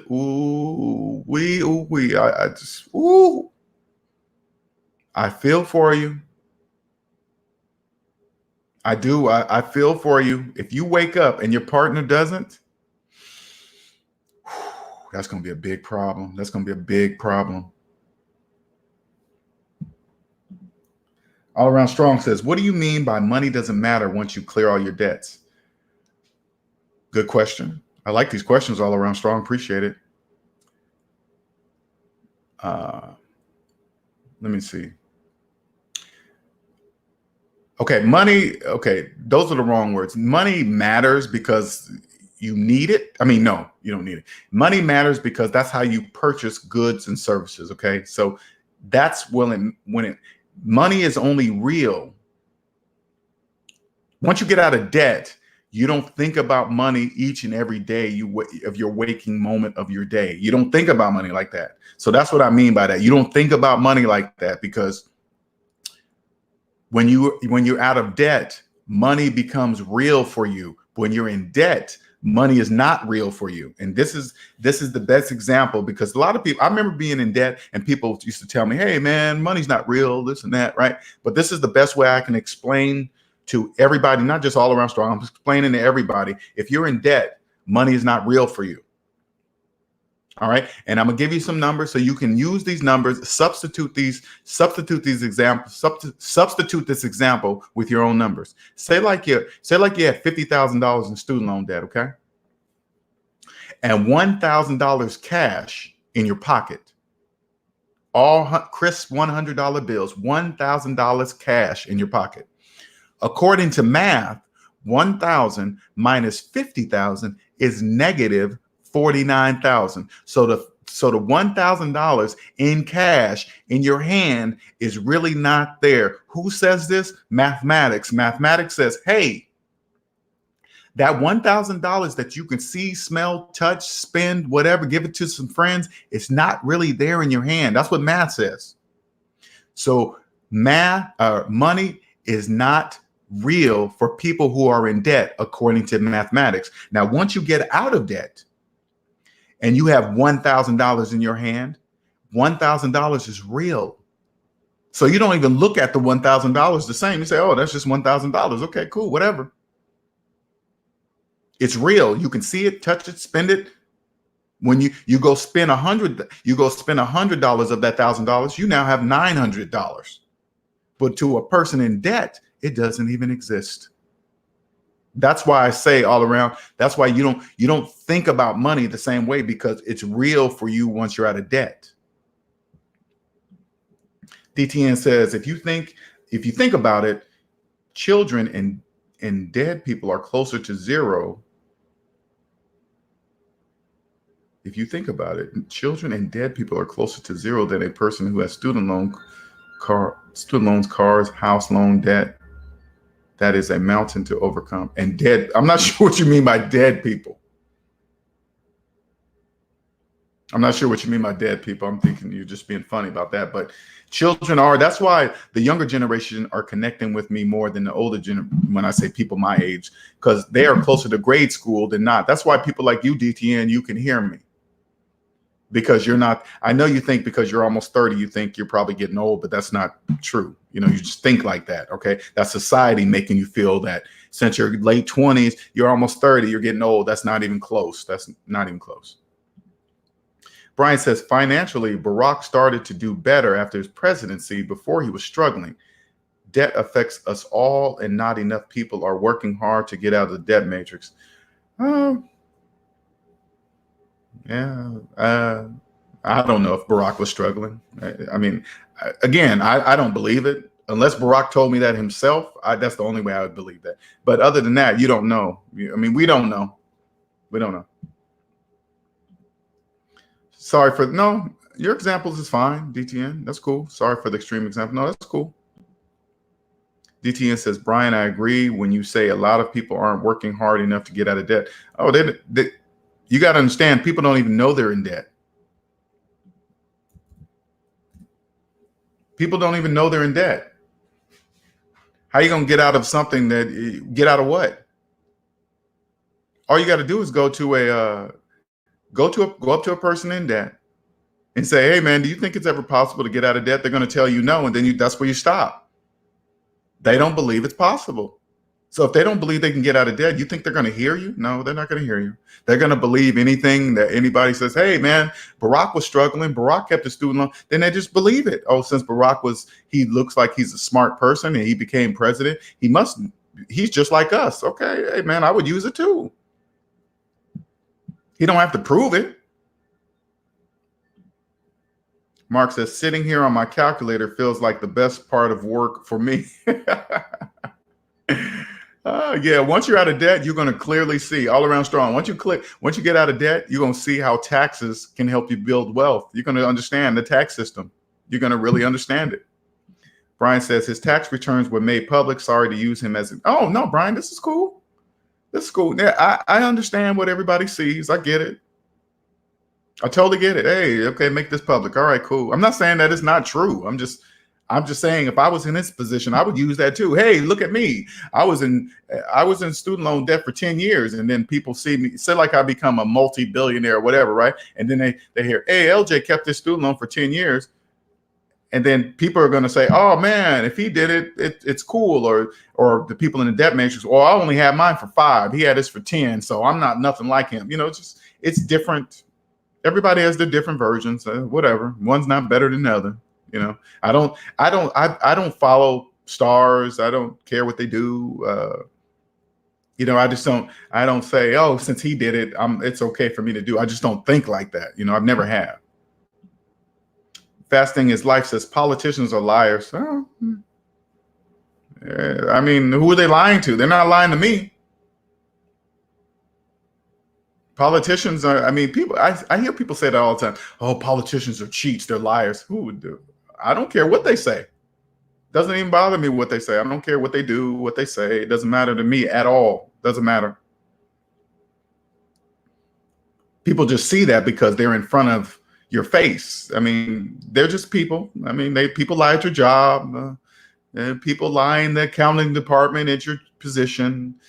People, co-workers lie to your face. Everybody lies. They're just people. They're just in the public face. That's why people are like, oh man, it's your fault. You are the one I'm broke. You're the reason why I'm broke because you're doing this. Whatever. Once you get out of debt, you won't care about the president. You won't care about politicians doing. Like right now, what's the name's trying to, hey, wipe out student loan debt. They're just trying to get the people. They're trying to get the 45 million people to vote for them because they don't believe in themselves to pay off their own student loan debt. So they think some special person from the sky is going to wipe out their student loan debt. They're never, ever going to release that many of their slaves, ever. Never. That's never going to happen. That's about the same as Bitcoin. Anybody that suggests Bitcoin to you, I suggest you do this. Ask to see their personal credit report first. You ask somebody come up to you, say, hey man, invest in Bitcoin. You can quadruple, flip, quintuple your money. Say, hey, yeah, that's great. Let me see your personal credit report first. Liang says Barack was not struggling. His stepfather was a multimillionaire. President Obama was not struggling at all. That's what I believe. I don't believe he was struggling. But how do you connect with the people? The majority of people are in debt. You need to connect with them. How do you connect with them? On a debt level. You can say something that you can prove to be true, but it's really not the way that is. That could have been planned. Hey, you know what? We're going to take you to this level. By the time you're at this level, go ahead and keep your student loans there. So by the time you hear, you can connect with the people in the debt matrix and say, hey, I was just like you. I kept my student loans this long. And it's true. But they did it on purpose. You know what I'm saying? Ill Will says, wait, I don't trust Barack. What do you always tell us? Ask him to pull his credit report. He could be creating a narrative, like you said. Barack is a politician, exactly. And I'm not hating on him. This is business. This has nothing. Anything he does or says, you can just do math and just do the opposite. It doesn't matter what he says. Whatever. Barack is set for the rest of his life. Barack will be remembered forever throughout history. Long after he's dead, he will never be forgotten. You and I, once we die, we're just gone. You might as well live your best life right now. Who cares about everybody else? Brian says, Liang, his stepdad lived in Indonesia. The money went to his other siblings who actually lived in Indonesia.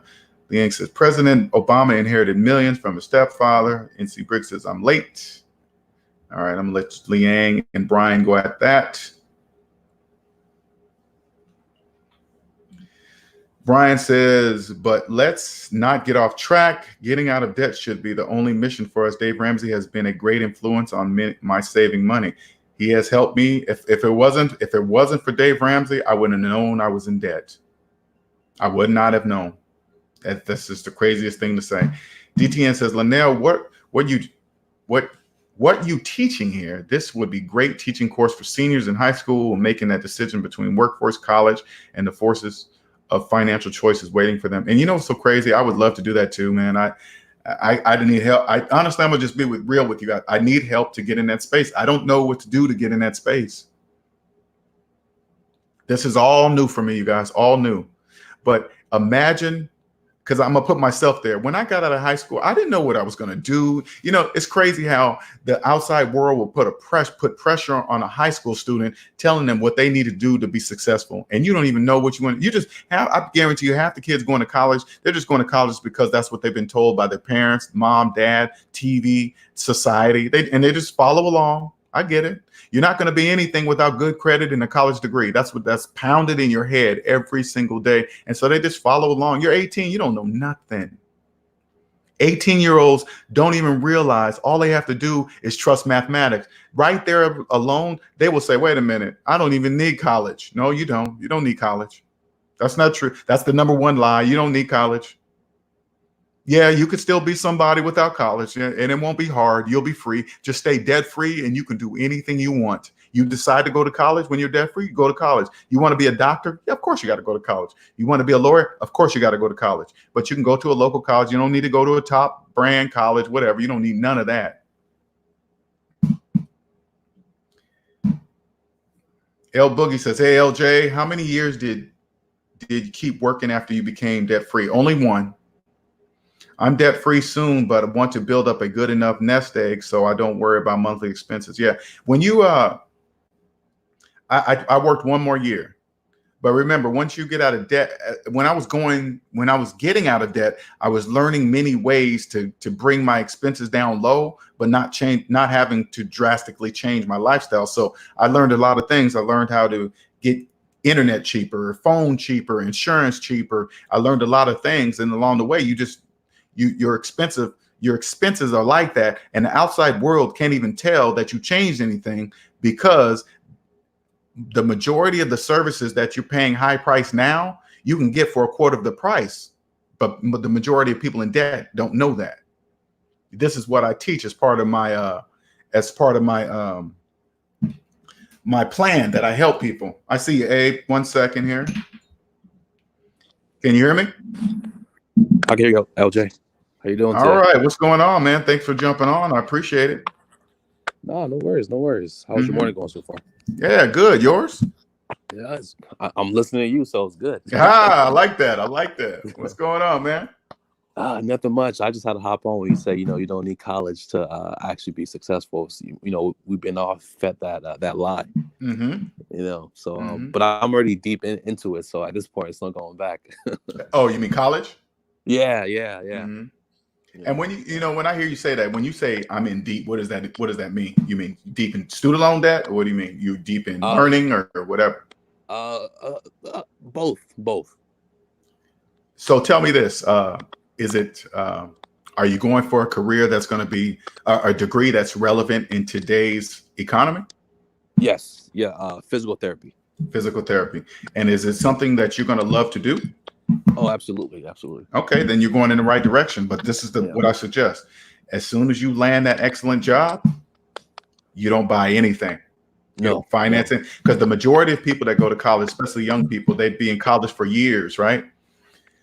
And then when they get out of college and land a good job, what's the first thing they want to do? Is show the world that they're a physical therapist. Balling. Yeah. And somebody did balling, and they broke up the words and says be all in, the letter B, all in, to be a real balling, right? Yeah. Once you graduate, pay off your college student loans right away. Yeah. And that's it. Right. That move alone, you'll be ahead of 45 million people that haven't. So don't feel bad about that you got them.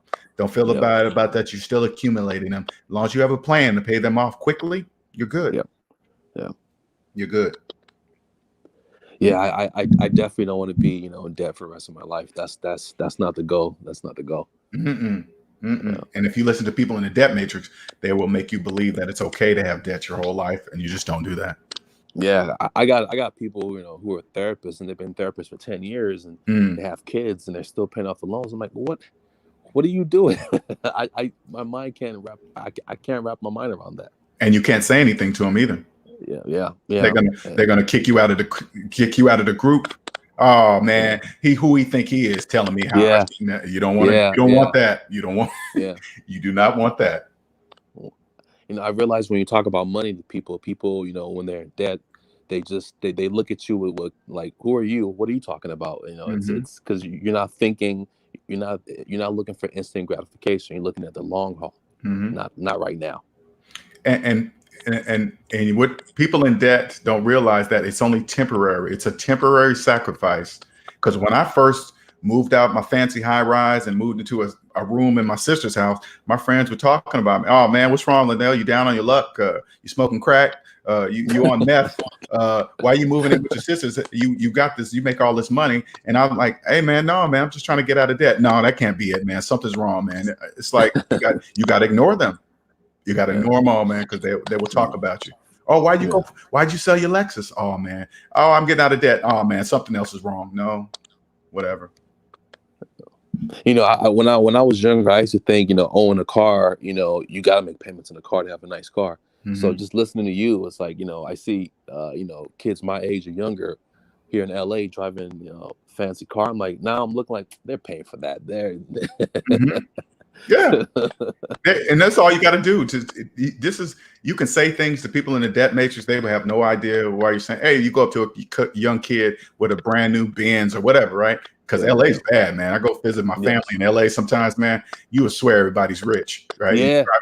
You will swear everybody's rich, right? And you just go, oh man, oh that's a nice car, man. How much is that, man? That car payment must be killing you. They usually go, oh no, man, it ain't that much. That's all I need to know. Yeah. They don't even know they answered my question. Yeah. Because they believe if they can afford the car means they can afford the car payment. Yeah. Crazy. Wow. LA's bad, man. Good luck. I mean, I commend you for being able to hear me living in LA. Thank you. That's huge. Yeah. You know, I've always felt like that. I just didn't know why. Right. And I was saying that earlier. I was saying this is how the people that are ready to hear me will hear me, because I look at it this way, just like the way you explain it, man, I knew something was wrong, but I just didn't know why. I look at you guys as you're wandering around the debt matrix lost.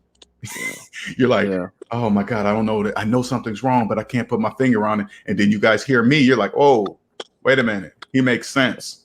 Yeah. That's because that was me. Yeah. I mean, I try to look at it as if people are sleeping. You just sleep through life, and you're not calculated with your moves. Well, and also look at it that you just speak in a different language. Yeah, that's what you are. You're speaking. I mean, you can walk up to them and say, "Hey, man, you know, when you finance a car, you're financing taxes too." They'll just look at you glassy-eyed. Yeah. Like, what are you talking about? They'll be like, "What are you talking about?" And then you look back at them. What do you mean what I'm talking about? What do you mean? Yeah. You know? Because that's why I give you guys examples. I mean, just do that one example that I told you guys. Hey, 80,000, minus 100,000 is negative 20,000. Throw that out. Throw that question out there and see how many answers you get back. You get about 50 answers back. Yeah. Just listening to you, my goal is just to attack my student loans and just pay it off as fast as I can, and just because my ultimate goal is to have enough money to travel. That's get out of the States for a while, see different cultures, and that's my ultimate goal. Oh yeah, you got to do it, man. You got to get out of the country, because I've been to Australia, Dominican Republic, Cuba, Mexico. You got it. And Australia was the biggest difference for me, because I'd never been to a place where I was the person with the accent. You know what I'm saying? So when me and my friends went to Australia, the people there were asking us to say words, hey, say this, say that. And they're like, oh, they say it's so funny. But when it's your language, you don't know what you're saying that sounds funny. That's just the weirdest thing. Because when they come to our country, they sound weird, because they speak it with an accent, but we were the funny ones with the accents. Yeah. You got to do it, man. You got to do it. Yeah. And you will be able to do it. Once you're financially free, you'll be able to do anything you want. I know it's kind of hard to believe when you're in it, but when you're out of it, you can do anything you want. So, LJ, do you think I should hit you up like right now, or when I finish my my grad school program? Right now. Right now. I Right mean, now. even though I'm not financially you know there right now. Right now. Because and I get that question all the time. Am I ready to see LJ right now? If you're in debt, you need to see me right now. Because there is Even though no. I'm not, Go ahead. even if you're not making that much money, if little to none at Doesn't this matter. point, you know. You Okay. just need a plan. That's it. Yeah. That's it. You don't. Right now is the time, because people always want to say, "Oh, I'm gonna wait till this. I'm gonna wait till that." When you could do it right now. It doesn't matter how much money you make. Just because somebody, because the thing is this: people, they'll see a doctor, right? They will automatically assume he has money because it's a doctor, but that's not true. Usually doctors are in the deepest student loan debt ever. Oh yeah, $500,000. Yeah, for million, and that's just student loans. But imagine this: imagine how many years a doctor goes to school. Years. By the time he graduates after residency, you think he wants to sit about another 3 to 4 years to pay off student loan debt? Oh no, they're ready to show the world that they're a doctor. Yeah, yeah. So they even go deeper in debt, and now they're stuck. Now they have to be a doctor. Think about that. Think about if you went to school to be a doctor, you become a doctor and you don't like it. Sorry, slave, you're going to be a doctor because you can't afford anything else. Yeah. So yeah, man. So it does. That's why I say right now you're ready now, because you're ready because you're in debt. Yeah. Mm-hmm. Wow, that's a hard pill to swallow sometimes. And you know what's crazy? This is what I was thinking. I'm glad you brought that doctor thing up. Check this out. I was thinking about this last night. I said, I bet they do this on purpose to doctors. So you go to school for all those years to be a doctor, and they know half the people don't have the money to do that, right? So they're going to get student loans. So they get these hundreds of thousands of dollars worth of student loans, right? And then when they're done with school, then they got to do residency for, I don't know how many years. I know it's like a year, almost a year and a half. Year and a half, right? Yeah. So here you are, done with school. Now you're in residency. Residency don't pay you nothing. No. Nothing, right? And you're doing all the duties the doctor's supposed to do. So at the same time, do you think when they start them out with $30,000, $40,000, $50,000 a year, you think that's enough to pay for their student loan payments? Nope. No. Right? So now they force them in to they force the doctor in residency to put their student loans in forbearance, which is adding more interest while they're in there. So even though they've completed, now they got to keep earning interest even higher because they can't even afford to pay their student loans until they become a doctor. So now you're in residency. You're forced to stay in residency even though you're not making crap, because if you quit, you're really screwed. And now, so they stacked even more interest. And then when they finally become a doctor, and you tell the doctor, hey man, you're gonna have to spend at least 3 to 4 or 5 years paying off your student loan debt. So you're still gonna have to live like a college student for that much longer. How many doctors are gonna accept that? They're gonna be like, oh hell no, I'm living now. That's dirty. Oh, that's messed up. I think it has to do with the individual. Some people are just built for this, while others are not. Correct. That is correct too. It has to do with the mindset. If you already know, okay, this is what my goal is, and stay with the goal. I don't see, you're not doing it. But if if your mind is not there, then of course you're gonna, Well, for me, I had to. It was weird. I have to, in your age matters, right? Yeah. For my people my age, they're probably not going to listen to me, because if they listen to me at my age, they will have to accept how long they've been doing it wrong, how many years. Yeah. And that's a hard pill to swallow, because luckily, I wasn't with anybody when I woke up, so I didn't have to convince anybody. I wasn't with a woman. I wasn't married. So I just woke up and said, this is what I'm doing. Can you imagine two people, a couple together, and then you got to convince the other to get out the debt matrix too, and they don't see it? Oh no. Yeah. Good luck with that. And so I had to swallow the pill that I was doing it wrong all the years. I was listening to the wrong people, but I didn't know it. Once I got out of debt, Thank God I was young enough to still turn this around and become a millionaire. But I can't imagine, what if I woke up at 60, 70? Yeah. I would have cried. Yeah. I'm starting to realize, coming into adulthood, you realize you're doing a lot of things wrong. True. But you don't know what you don't know. Yeah.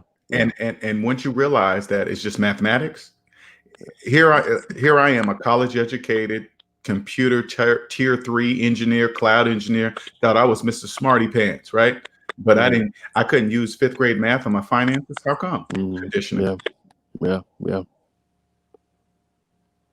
man. And they definitely don't teach you this in school, especially in the Black community. It's that's on purpose. It's and when you get out of debt, you'll see that all the Black, white, Chinese, blah blah blah, that's all diversions. Okay, that's all a diversion. Once you get out of debt, can you do you mind if you elaborate on that? Yeah. Okay, say like this: when it comes to student loan debt, you think student loan debt cares what color you are? No. Does it care where you live? No. What about the state you live in? Does it care? No, sir. It's the colorblind slave master. None of that even matters. None of it. It's just diversions. Now I'm not saying that it doesn't exist. I'm just saying once you get out of debt, you think at a higher level and you understand, oh, that just was throwing me off. This is how I can see it now. Oh, that was just throwing me off. Okay, it was making me lose focus. But once you get out of debt and you make some real money, you can come back into your Black community, your Chinese community, and say, hey, check this out, Black people. This is how you do it. And then the hands will change. But they must be able to listen to you first. And how they're going to listen to you? If you have real money and you can prove it to them. That's how they'll listen. Because people in the debt matrix right now, they believe people have money by their shiny car, by their big house, or where they live. Oh, they must know what they're talking about. Look where they live. Look at their car. But that's just front. That's it. And I like how you had a cosmic wisdom. Is that her name? Mm-hmm. Yeah, she was up there in the panel one time talking about real estate. That's definitely another, avenue I want to go to. Once I get off of my loans and once you get out of debt, you'll be able to hear what cosmic wisdom is saying. Yeah. Because trust me, when you're in debt, you hear her very different than when you're not in debt. Yeah. I promise you. I promise you a huge, and I promise you this: cosmic wisdom knows exactly what she's saying. It's a particular language. Yeah. That you can hear. It's called the language of debt free. You can hear it. Yeah.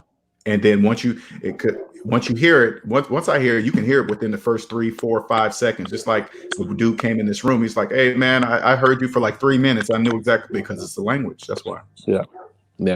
Mm-hmm. Does she have a channel by chance or? No. She said she was going to start up one, but she hasn't had one yet. Oh, okay. I'm trying to suggest to her that she do that because she's a very smart woman. She was pretty much raised up that way from her parents. Yeah. She had the advantage. Her parents raised her this way. And I was just like, damn, you are so lucky. Oh my gosh, you're lucky. Yeah, she was just talking. I was trying to keep up. I couldn't keep up. After a while, my head started hurting. I said, let me just let me back up. When she said that, she told me when I first started talking to her before we got online and did the live thing, and she was telling me, yeah, my parents did this. They made me do that. Oh, I hated them for it. Didn't make any sense because all my friends was doing that. I was like, oh, I wish to God my parents were able to tell me that. Yeah. Yeah. I mean, but if they don't know, like you said, you don't know what you don't know. Mm-hmm. You don't know what you don't know. Yeah. You don't know what you don't know. So, LJ, what degrees do you think is quote unquote necessary to take out student loans? What from your opinion? Well, look at it this way. I suggest this to all the young people. Look out in today's society because everything changes. Look out in today's society and find something that's going to make you the most amount of money in the shortest amount of time that you like. And the reason why I say like, because the only thing that you're going to love is whatever your passion is. So you look and see what is going to make you the most amount of money in the shortest amount of time. That's what you look forward to. Say, okay, cool. That's the degree I'm going for. That's why I went to computers. I didn't know this at the time when I first went into computers, but I knew, I said, you know what, let me get into computer. I remember when I was like mid-20s, I remember I watched computer commercials. I was like, I don't understand what they're talking about. Megabytes, hard drive, this, that, gigabytes, exabytes. I said, let me go learn this because I know computers is not going anywhere. They're not going anywhere anytime soon. So that's what made me go into computers. And I was right. And I knew I would like it. And once I learned it, and it's so funny, when I got into computers, when you first get into computers, everybody sounds like they know everything, right? They just sound so smart. And then when you get into it and you learn what the real deal is, you're like, oh man, you didn't know nothing. You were fronting. You know how many people like that I ran into? I was like, oh my God, this guy didn't know anything. It was only because I didn't know. That goes for everything. And I'm starting to realize you got to get creative. You know, even though you have that degree, you have to have a side hustle as well. Oh yeah. You know, because that's the only way, especially, you know, for millennials like myself. You know what? This is what a college degree tells employers. That says this person can follow through from start to finish. Yeah. Oh, yeah. That's all it is. It's just like, okay, this person, if I hire this person, this degree shows me that they can start something and finish something. Okay, that's just step one. Yeah. Now you got to get in the door. That degree doesn't say you're going to perform well for that job. It just says you can start something and finish something. That's it. Yeah. Yeah. Yeah. And jobs take, you notice how jobs are running people's credit reports now? That's on purpose. And most people don't even understand why they do that, because they know that's how they know if they're going to be able to take advantage of you or not, take advantage of your time or not. If you're in debt, they have you. You ain't going anywhere anytime soon. See what I'm saying? That's true slavery. That's true. It's like this. Because when I first heard that I was in debt, it baffled me. I was like, why does a job want to see my credit score? I'm not buying anything. Why do they want to know my credit score? They don't. They want to see how much debt you're in so you can be a slave. Yeah. People have no idea what they're telling their boss when they roll up with a brand new car with a sticker in the window. Oh, you're gonna be a slave for at least 6 years. Hey, congratulations. You ain't going nowhere. You know, I've never thought like this. Me neither. It's scary. It's scary. I'm not gonna lie. It's if you're not conscious of it, you know, it's wow. That's they'll come down, smile in your face. Oh man, congratulations! Ooh, that new car smell. And in my mind, if I was the boss, I'd be like, oh yeah, you ain't going nowhere, and I'm gonna abuse you. Yeah, you're gonna work for free for me. You're gonna be a team player. Team player means work for free, off the clock. See what I'm saying? Yeah. Wow. Yeah, I'm definitely not trying to do that. That's life is too short for all that. That's it's way too short. It's way too short. And once you get out of debt, you'll realize today I understand that time is the most important thing on earth. Think about it. It's just logic. Like you can't get any more time. You can't borrow some from your friend. How did I not know time was the most important thing on earth? I have no conditioning. Yeah. I sold it for cheap too, many times. Yeah. Even though my current job right now, I'm just kind of just waiting. Like, I gotta get out of here. It's just, you know, you get suffocated and just thinking that you need to be there just to pay off your monthly bills, and that's not a way to live. That's not a way to live at all. And instead of just being angry about it, you use it. You use it to drive you to get out of that. Yeah. That's what you do. Well, I appreciate you, LJ. You're doing God's work. Can I continue? Hey man, I appreciate that, Abe. I really do, man. It's important. Yeah. And I will be contacting you February. I'm not sure if you know, but I spoke to you already. You know, I'm sure you get a lot of people, you know, so it's hard to remember. It is especially with names and real names, you know. Yeah. Right. You know, your avatar name compared to your real name. So, exactly. Yeah. Thanks a lot, LJ. I'm gonna hop back in the chat. Younger the better. You're ready now. If you're in debt, you're ready. Thank you, sir. All right, man. Thank you.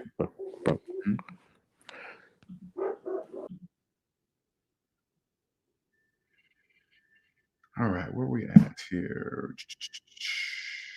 Where we at? Where we at? Where we at? Oh goodness, man, that thing be scrolling up fast. Okay, sorry, you guys. I'm just trying to catch up with. All right, Howard Jones says I made 18% last year in gold compared to living in savings account. Howard, I'm not saying that you did or didn't, but when I get advice from people that talk about how much they made in gold or silver, the first question I ask, I will believe everything you're saying as long as I can see your entire personal credit report, all three of them, Experian, TransUnion, and Equifax. I need to see it all. And then it will tell me if you really made 18% or not. Not saying you haven't. I'm just saying anybody that comes up, because a lot of people come up to me and say, hey, man, invest in gold, invest in this. If the economy crashes, this bar is going to be here. I say, okay, cool. I believe you. Just let me see your personal credit report. And I believe every word you're saying. Okay. Abe says, my goal to finish grad school, pay off my loans and travel. That's a plan. Get rid of them student loans. DTN says, welcome to the stream, Abe. Darkman says, those kids go to college to chase BS majors instead of going to a 2-year college and get a trade. Yeah, I mean, you got to remember though, Darkman, people have been groomed since a child, TV, parents. When these kids, it's like this. If you're 18 right now, or you're in high school right now, this is what I want you to do, okay? If you got a parent that's pushing you to go to college, I want you to ask your parent this. Hey, mom, hey, dad, do you still have your student loans? Are you still paying on them? When they tell you yes, you go, how long did you go to college? They're going to tell you 4 years. And then you say like this, well, if you went to college for 4 years, why are your student loans older than me? That's what you say. And then wait for their answer. Okay, they're going to come up with I had bills, I had to buy this house, I had to get you to school with this car. They're going to have a million reasons why they kept their student loans for over 25 years. Okay. Darkman says, I always tell dudes that are 18 that is in college for BS to enjoy their first year, then transfer and cop a trade or something. Oh, they can't hear you, Darkman. You're fighting against their parents and social media and TV. Howard Jones says, going to school is overrated depending on what field you go in. That's true. It is overrated. Brian says, trade school is much better investment. Yep. Regardless of the school, I just say, I want to tell kids that look out in the world today. Don't worry about what your parents say. Don't worry about what they did 20 years ago. You look in society today and say, which job out here right now that I would enjoy that would make me the most amount of money in the shortest amount of time. And then you go for that.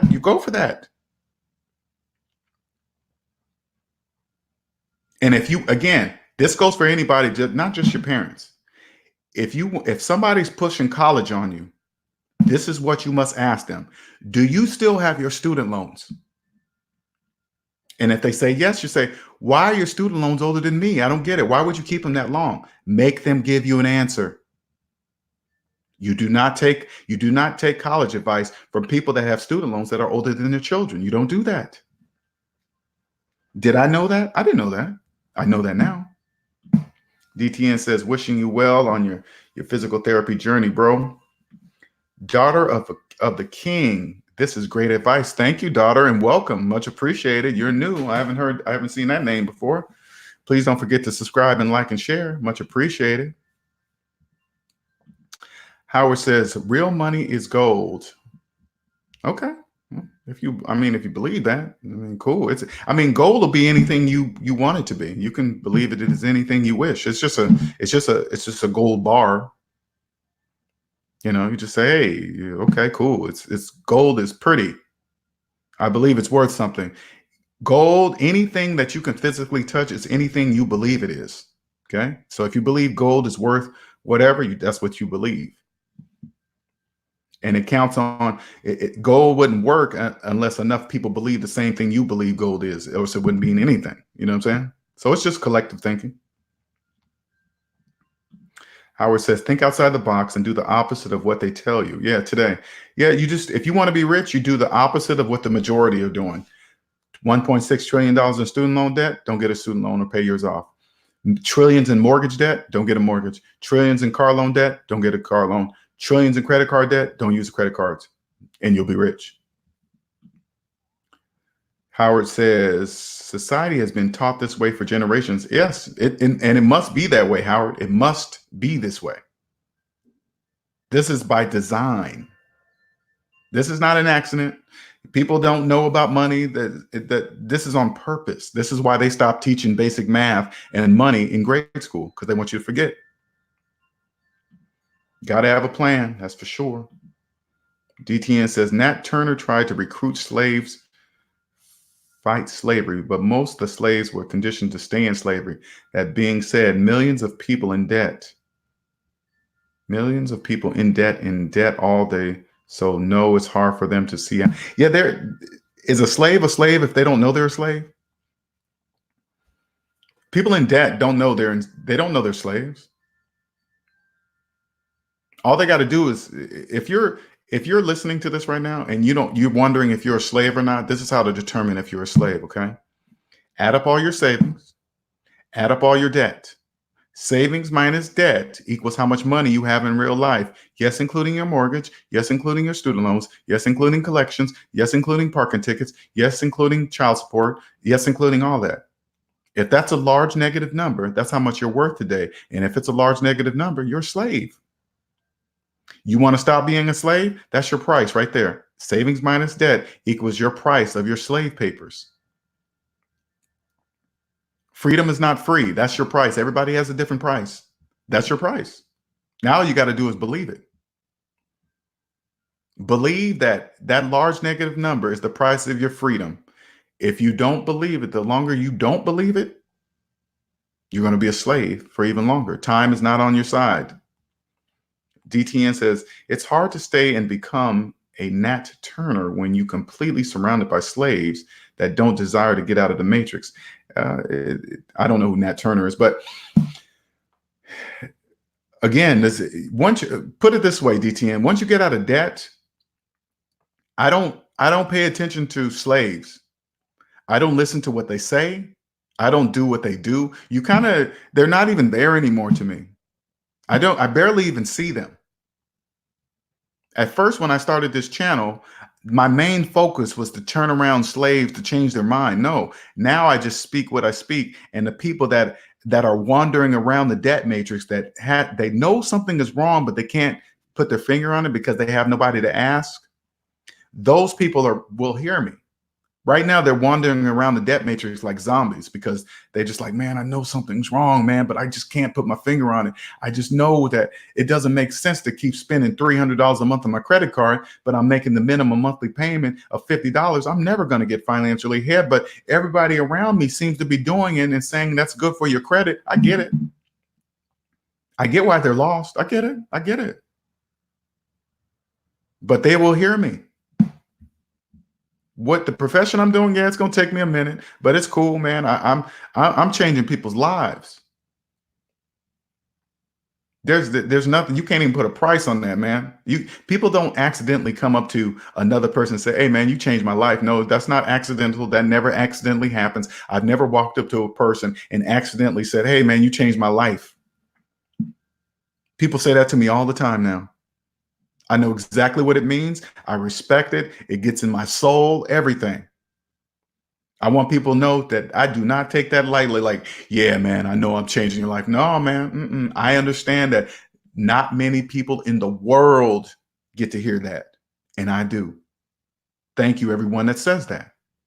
It is always, I don't care how big I get, it will always be appreciated. Always. Amal says a lot of people don't even check to see the chances they'll get hired in the field going to school for. Oh yeah, they don't even check that. They don't even check it. The majority of people go to college. They go to college because they've been told to go to college. Some people go to college just to say, look at the degree I got. Ain't I smart? Look. And imagine the people, everybody knows one of those people that go to college back to back and they got about 15,000 degrees. You don't even want to know how much student loan they got. They're trapped because as long as you go to school, you don't have to make the payments as long as you're in school. So they just keep going to school. They're slaves. People that go to school over and over and get degree after degree, not even working in any of the fields that the degree is in, it's because they're slaves. They can't stop because as soon as they stop, that debt is due. What are you going to do? Go to school until you're 80? No, you're not. One day you're going to have to stop. And guess where they're going to take it? Your income tax check, your social security check, any hours you work, you're a slave. You just don't get to walk away, slave. You think you get to use all this money and just walk away scot-free? No, you don't.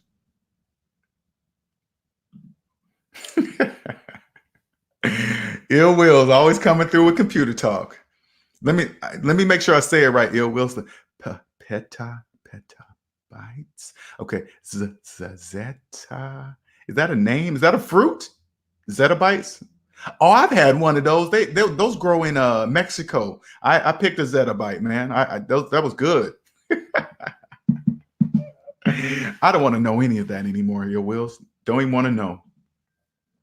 Ill Will says, you're right. These people don't know this stuff. They are fronting in technology. They are all fronting in technology until something breaks. Then you separate the talent. Ain't that the truth? I learned that when I got into the computer industry.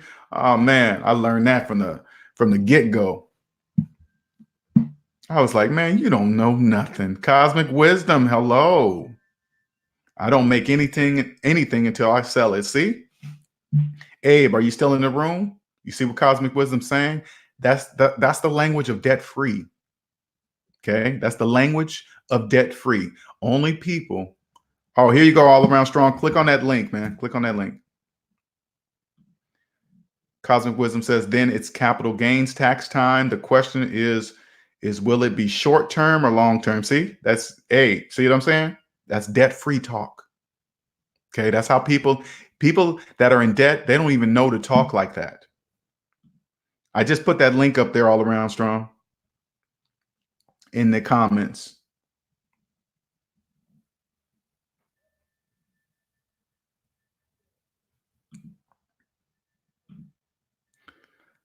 Let's see. All around, All Mosk says, I think a lot of parents push their kids to go to college just so they can have something to brag about to their friends and family. That is exactly true. That's so right. So they can put that bumper sticker on their car. Hey, my kid goes to this college. That don't mean nothing. Poor kids. I mean, I feel sorry for kids that are forced into college. And my parents are making me do it. I'm just taking this class because they said so. Blah, blah, blah. That's so hardcore. Just stacking them with debt. That's messed up. But you got to remember, it's a language. The parents love their children. You think the parents are purposely saying, hey, I want you to have this much debt as I do and carry it your whole life? No, parents are not saying that. They don't know that. They don't know that.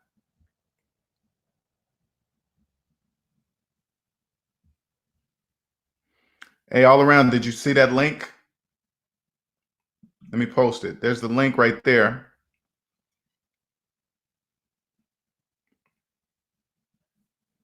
Brag about being in debt. And then when people in debt, people in student loan debt, they compare. Oh man, you can. Yeah, these student loan debts are. If you want to, this is how you. I'm gonna teach you guys in the S&D family how to weave out the people that are in debt, that are especially in student loan debt. Bring up the subject of student loan debt crisis. Just bring it up. Anybody that gets emotionally involved in the student loan debt crisis, they're in debt. Because once you're out of student loan debt, or if you don't have debt at all, you don't care about the student loan debt crisis. Who cares? So what? Oh man, it's $1.6 trillion. So what? Guess what? You want to say, guess what? It's going to be 1.7 next year. 10 years from now, it's going to be $2 trillion. And what's your point? Those are all slaves. People that complain about student loan debt, they just want to complain about it. That's all. If you turn to them and say, hey, man, I can give you a plan to get out of it, they don't want to hear that. The majority of people have given up hope to ever paying off their student loan debt. They call them forever loans. You think they're going to listen to you? No, they're not. They're going to sign up for a student loan forgiveness program, which are slave camps. They tell you where you're going to work, how long you're going to work, and how much you're going to work for. Slave. And you're going to like it. And you better follow the rules for the next 10 to 25 years. And check it out. And at the end of those 10 to 25 years, I'm not promising you anything, slave. I'm not even promising that I'm going to forgive your loans. How you like that, slave? Okay, where do I sign up? Because I don't even believe in myself. Get it? This is true, you guys. This is true. You don't have to be a slave. You don't. It's your choice. Nobody told me to sign up for a student loan and keep it for 10 years. Nobody. I did it all on my own. I made well enough money to pay it off. Within 10 years, I made well enough money. Ill Will says, I'm trying to get out like you, brother. Keep living life. I will see you on the other side. I know you will, man. I know you will. It's if I could, this is what I'm gonna do. I always do this for everybody, especially you guys that are new in the room. This is what I'm gonna do. Okay. So you kind of get an idea of what it feels like. Okay. Add up all your debt right now in your head. You know pretty much how much money it would take to free you from every single debt you have. Everything, mortgage, student, I mean, everything. Okay. Now, what if somebody wrote you a check and paid off all your debt right now? How would that make you feel? If somebody came to you and said, how much debt do you owe? And then they wrote a check and then they paid for it all themselves. Not gave you the money, just went to each debt person and paid it in full. How would you feel? Would you be free? You can do anything now, right? You would leave your job. I guarantee if you're at a job you hate and all your debt was paid, you would leave your job. You would say, I'm going to find another job. I can't stand it here. I can't stand living here. I'm going. That's how it feels to be a net worth of zero. That's what it feels like to have a net worth of zero. That's what I feel like every single day.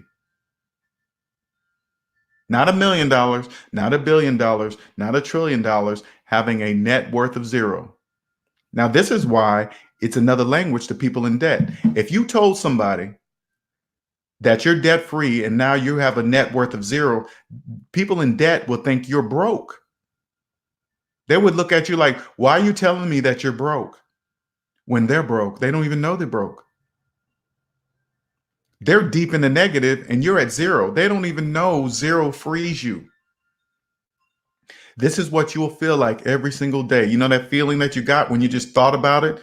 That's how you will feel every day. Now imagine if you actually reach that point, nothing or nobody will ever take you back under zero. Nobody will do that ever. You will never let anybody do that. Because there is no freedom. There is nothing in the world like financial freedom. I'm telling you guys that right now. There is nothing that compares to it. Nothing. You'll be Neo in this world and from the Matrix. You'll just wander through life looking at people just speak debt. They have no idea that they're saying it. They say the stuff out loud. They have no idea. Coming to you all around. It says device is not connected. Okay, just a second, man. I'm getting there. 1 second. I see you. I see you all around. 1 second here. Can you hear me okay? All right, what's going on, man? How you doing? Can you hear me? All around. Uh-oh, not getting any. I can't hear you. All around. I don't think you can hear me. Are you on? I don't think you can hear me. I don't think you can hear. Let me type it out. Hello. Can't hear you now. Okay, can you hear me now? All around.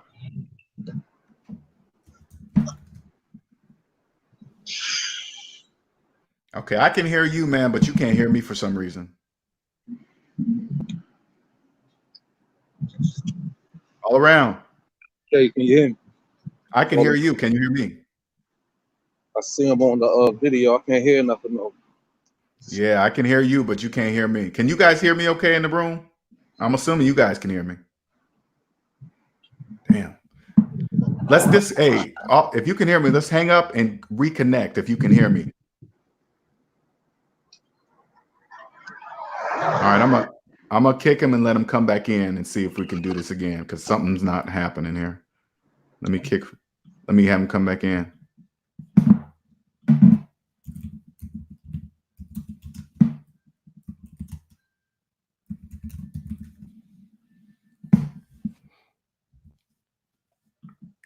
What's up, Leroy?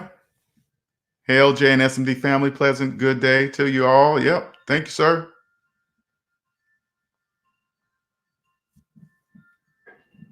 Let me type in. I could hear him.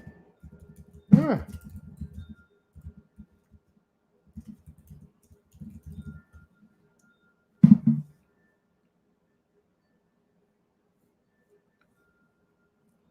All right, let's try this again. All right,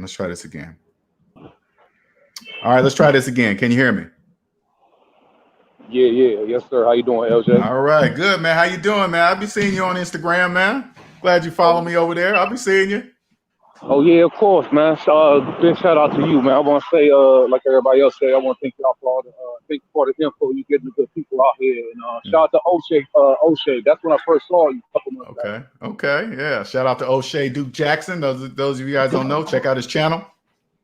Yeah, I'm down. I'm in DC, man. I live in DC. Oh, okay. Hopefully, ain't no background noise, but yeah, I want to ask you something. Like, what exactly do you do, man? Like, I know you get people out of debt. But you get people out of. Do you focus on student loans? I know you mentioned Dave Ramsey a lot. Like I said, I listen to his podcast daily. Like, what exactly do you do? I get people out of debt personally. That's it. That's all I do. And what type of personal debt? What? I said, what type of systems do you use? Or you don't really get into that until you do your consultation?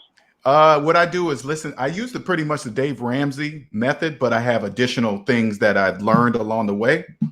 And so the consultation consists of this. I get on the phone with the person, and they don't have to be prepared with anything. I just listen to them speak about their finances. As soon as they start talking to me, I know exactly what I can do for them. Okay, that's pretty simple. So I create a plan. I basically gather together every single one of their bills because a lot of people don't even know how much debt they're in, let alone where everything's at. So I get a hold of their credit report. I start there. Everything starts with the credit report. Everything. Credit report never lies. It tells the complete truth. It doesn't lie. We start there, and then it counts on which plan they buy from me. And then outside of the credit report, I identify some things that people are overpaying on: cell phone bills, internet, cable, car payments, et cetera, et cetera. And then I teach them how to trim down that, get the same type of services for a quarter of the price. Okay. Like that. And as far as how did you come up with this? Did somebody school you, or this is something that you kind of created just in your own trial and error and getting out of debt personally? I learned personally when I got out of debt, I started discovering ways how to cut costs as I was getting out of debt. And then once I discovered them, I couldn't believe it. Like, for example, I'm gonna just use the cell phone, right? I used to finance cell phones, and I used to pay $100 plus for a cell phone bill a month, right? I stopped financing cell phones, and then I figured out there's different ways to get the same type of phone service for a quarter of the price without all those taxes on your phone bill when you get it. Because a lot of people get traditional phone bills, and they got not only the monthly service that they signed up for, they be having about 50,000 taxes on there. Those days been over for like 6 or 7 years. Those days been gone. I didn't know that because I was in debt. So these are things that help people. Like when I was in debt too, like car insurance, I was always used to keeping a $500 deductible. And then I realized, and I was paying month to month, right? And I realized, first of all, I found out my insurance company was charging me a fee to pull my monthly payment to the insurance company. I said, hey, how can I stop that? They say pay every 6 months. I said, cool, that's what I'm gonna do. What if I raise my deductible to $1,000? Right? Because when you're not in debt, you always have money in the bank. So $1,000 ain't nothing. And I trust my driving record. I ain't hit nobody in all my life. So I said, I'm gonna trust my driving record too. I said, if I jump it up to $1,000 in 6 months, how much was my premiums? They said it drastically cut in half. And I was like, oh, damn, I didn't know that. And then it just goes from there. Okay, make a lot of sense.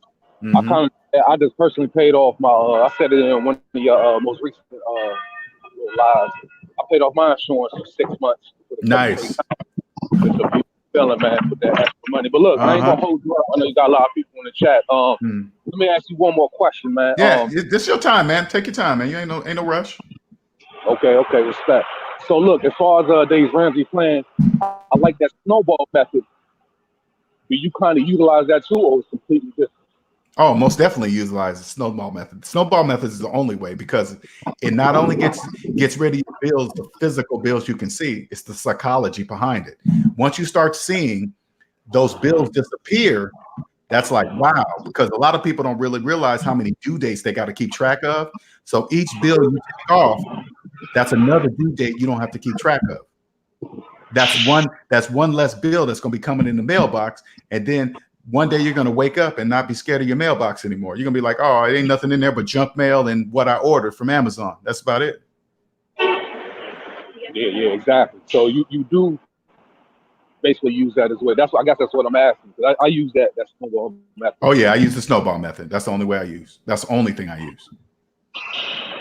All right, cool. All right, so look, I know you said I got a lot of time, but I thank you for your time. Thank you for the info. And look, this is the last question, or this is the last question. So my little situation is the only real debt I have, man, is a mortgage and a student loan, right? I'm thinking about refining. I got some good equity on my neck because I got strong equity. So I'm thinking about refinancing at a good low interest rate, paying my student loans, pretty much be the only debt I have. What are your thoughts on that? All right, and that's a very, very good move, and I'll tell you why. Okay, I'll tell you exactly why. Because a lot of people don't even think the way what you just said. A lot of people will look at you like you are nuts, right? But don't worry about that, because this is what this is going to do. By doing that, that's going to make you recession proof. Because why? This is why. Say like the recession hit hard, and you got fired and laid off, right? And you lose your house. Guess what else you lose?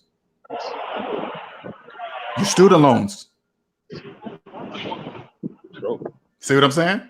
You took something out of the protection of student loan debt, because even a recession won't get rid of student loans, right? But if you refinance your house, you take those student loans out of that cover, put them into your house, and if you lost everything, you lose your student loans too. Now you're at zero. Fresh start, baby. Fresh start. That is that's the smartest move ever. And if a recession doesn't happen and you don't go down, you got to pay for your student loans anyway, but you just refinance them, you got it out of there, but now you're recession proof. All right, that's what's up. See what I'm saying? That's a smart move, man. Smart move. All right, I appreciate the feedback, man. I'm gonna keep listening, but feel the need to get a consultation. It seems like I'm doing everything on the right way, but I might have to check you out. That's pretty much my situation. Well, I'll tell you what, everybody's at different levels. So if you came to me, you would definitely have, there's different plans for different levels of people. So far, I got 4 right now, right? I wouldn't start you at the first one. You would be at the middle or the last one, because you're already speaking the language. Like, everybody doesn't know to say, hey man, you know what, I'm thinking about refinancing my house and wrap my student loans in it. That's not normal talk. Okay. And you can prove that to yourself. You can ask 10 of your friends, hey man, would you ever refinance your house to pay off your student loans? They'll think you crazy. Yeah, look, that's why I asked you, because just being out here in this world, man, a lot of people don't understand me money-wise. That's okay, man. That's okay. Because that's why when you get out of debt totally, that's why you're going to kill it, man. Because they're not even going to understand why you're doing what you're doing. You're going to be like Neo. They won't have no idea that you understand, because they're going to be talking debt. And you're going to be like, as soon as the words come out of their mouth, you're going to be like, oh, you're in debt. I ain't going to listen to a word you're saying. But you can't say it. Right, you won't have no friends and family left if you say these things out loud. Real talk. But yeah, but that's it though, man. Like I said, man, shout out to everybody. Shout out to the family, man. And, keep doing good work out there, LJ. Hey, Appreciate I you, man. appreciate it, man. Thanks for following me on the Instagram too, man. Like I said, I'll be seeing you, man. I know you. Yeah, I know you one of the rare ones that understand my memes when I throw them over there. I know you one of the rare ones. you already know, man. That's all love. Okay. All right, man. Peace out, man. Enjoy your day. All right, you too.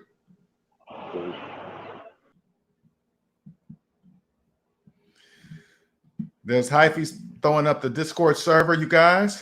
This is a place where me, Hyphy, myself, Cosmic Wisdom, you throw some questions up in there. You know, if we happen to be on, we'd be happily to answer quick questions up in there, steer you the right direction. You don't necessarily have to get on here, but I'm noticing, you guys, that if you're wondering if you're ready to see me, okay? I know how I talk can be kind of like intimidating and stuff like that, but it's only because I only sound the way I sound because I can justify everything I'm saying with mathematics. So that's the way I just sound. But if you're in debt, you're ready to see me now. Okay. You know, the plans, if you're in debt and you're just starting, my cheapest plan is $149. Okay. That's to start you out, just to get you on the path, just to get your foot in the door. Because I believe like this, I'm helping you get out of debt.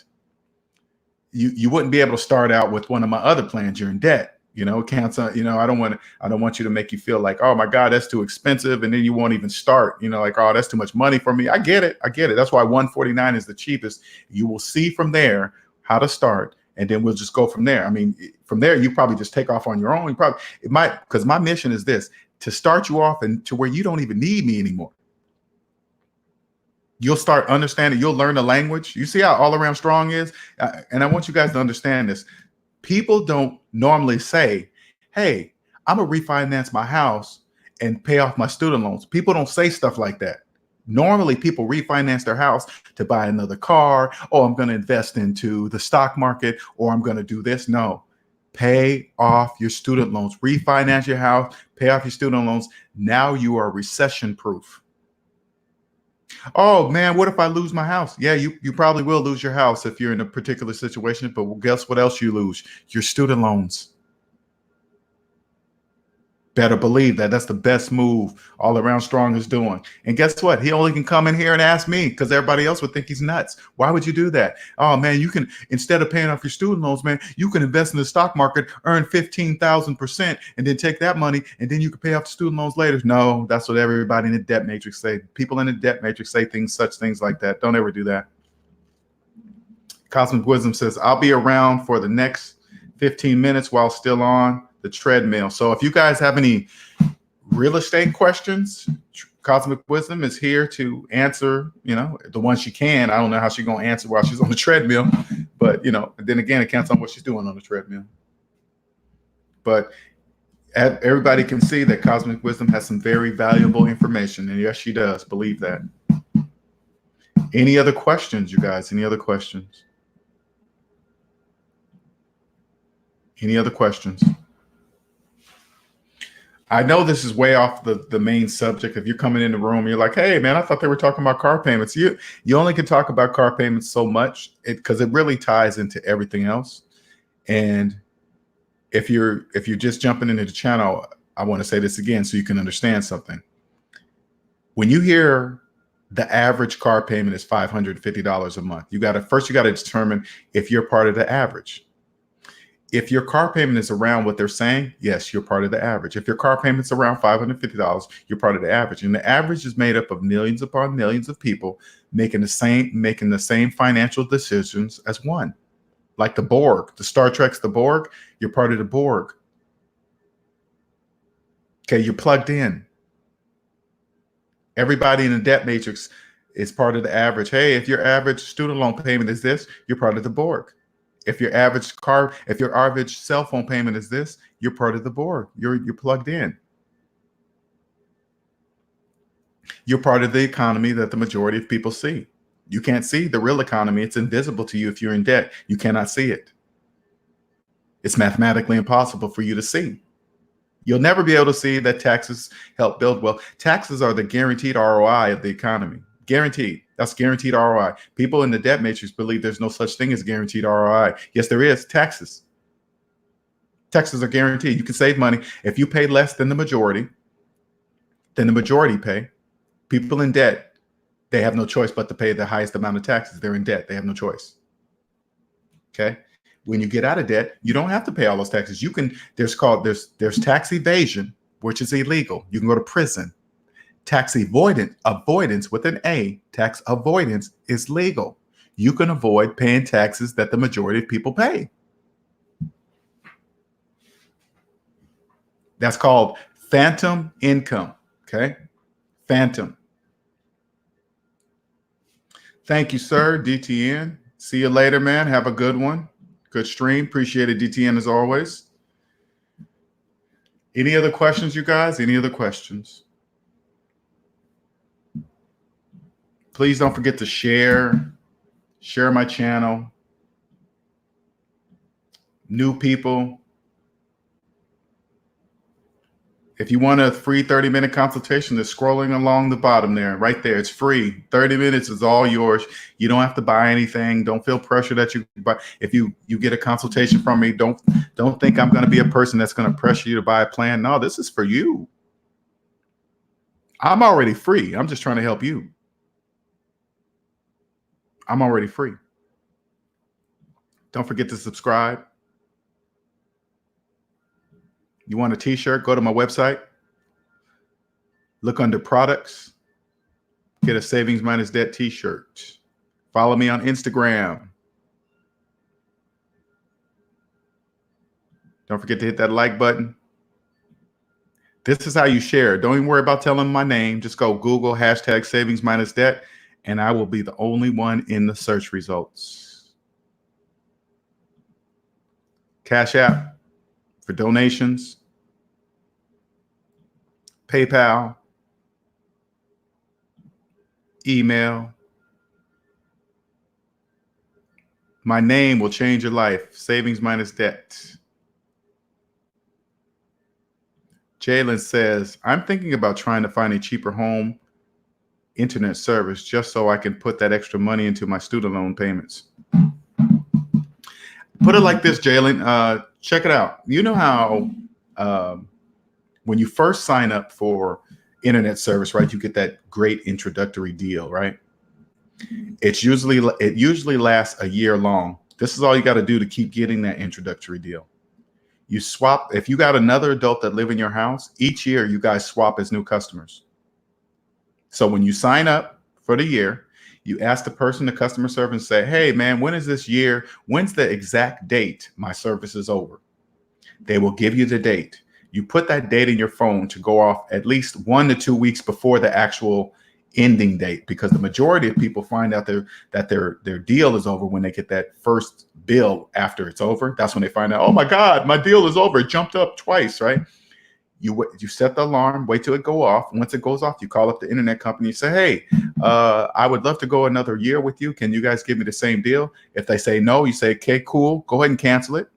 Once you cancel, you have the other adult that lives in your house sign up for a year, and then you just swap back and forth. That's it. Then that way you can get you don't have to trick them. You don't have to convince them. You don't have to stay on the phone for an hour. Hey man, you guys can really do that. No, you just go, okay, go ahead and cancel it. And then you just swap each year. That's it. Then you get that great deal every single year. It's part of the contract. You got a year contract. You fulfill the contract, and then you say, cut it off. Now my new person, a separate person, is going to sign up. That's it. Ill Will says, can you tell me how LACP works on? I kid because I can't. Oh man. Oh, Ill Will, you be killing me, man. You be killing me. You be killing me. I don't even know what that is. LACP, and I'm not even asking. Okay. I don't know what it is, and I don't want to know. Okay. What's up, Avriel? How you doing? Avriel. I'm saying Avriel. Avriel. Welcome. All right. Any other questions? Any other questions? There's the link if you guys want to join today's session. Again, I don't want to intimidate people. I don't want to make you nervous to get a consultation with me. I don't want you to think that you have to be ready for anything. If you're in debt, put it this way. If you're in debt, you don't know how to get in debt, you don't know how to get out of debt, and you don't even know who to ask, that's the time to come see me. Because the people in the debt matrix are not going to be able to answer your questions the way people in the S&D family can. We hear, and I'm not even saying that you need to come see me right away. Come see me when you're ready. But if you want to come here to the room and ask a question, you want to get on the Discord server, you can download the app. Okay. You can jump in there every now and then and say, hey man, I got a question, man. Some people telling me how to buy a home and I just don't know how to do it right. Which way do you think I should do it? You know, we can all answer that question easily. Okay. Everything we answer with is justified with mathematics. Everything. Okay. Any other questions? Any other questions? You guys can jump on with me anytime during this stream. We're going to go about 15 more minutes, which is about 3 hours. Give me 1 second here, you guys. Give me a couple minutes here. 1 second.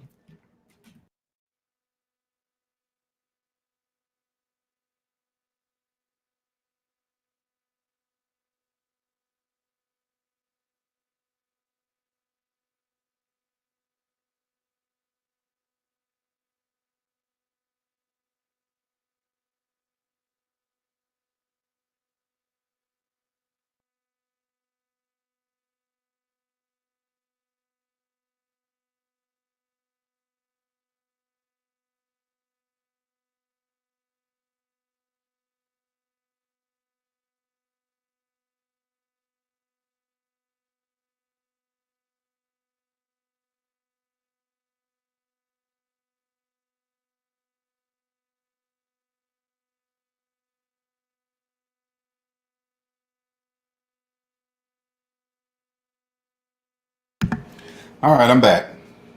You know how it is. 3 hours of talks, man. You gotta, every now and then, you gotta break away for a second here. All right, what we got here?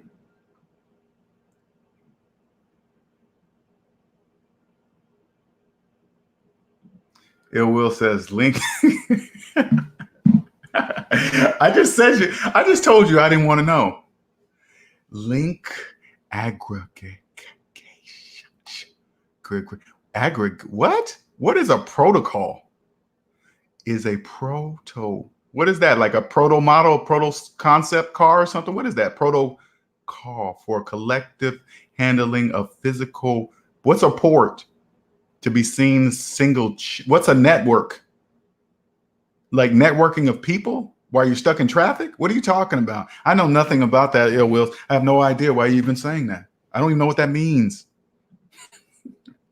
Jalen says, I was literally thinking all day yesterday about what I could do because that's the one thing I still haven't been able to cut costs on. But now I have the solution. That's it. You know what? Jalen, I didn't know any of this until I started becoming debt free. And I realized I don't even have to play any of that game. I'm just like, okay, hey. I mean, it shocks them when you do that. You say, hey, man, can I get the same deal? They go, oh, no, we only offer that to new customers. And then right after I say, okay, cancel. They go, what? Yeah, cancel it. I'm not going to pay what you guys are asking me to pay. And then you hang up and then you have your other person call up and get the exact same service for the introductory price because they're a new person. You play by the rules. You come here. I'm only going to teach you guys legal ways to do things. You don't have to scam, trick, threaten to leave. You don't have to do none of that stupid nonsense. You just go cancel it, start up a new person for another year, period. That's it. Nothing more than that. NC Briggs says, I need to know that app that Cosmic Wisdom says she used that was totally free. Cosmic, that's for you.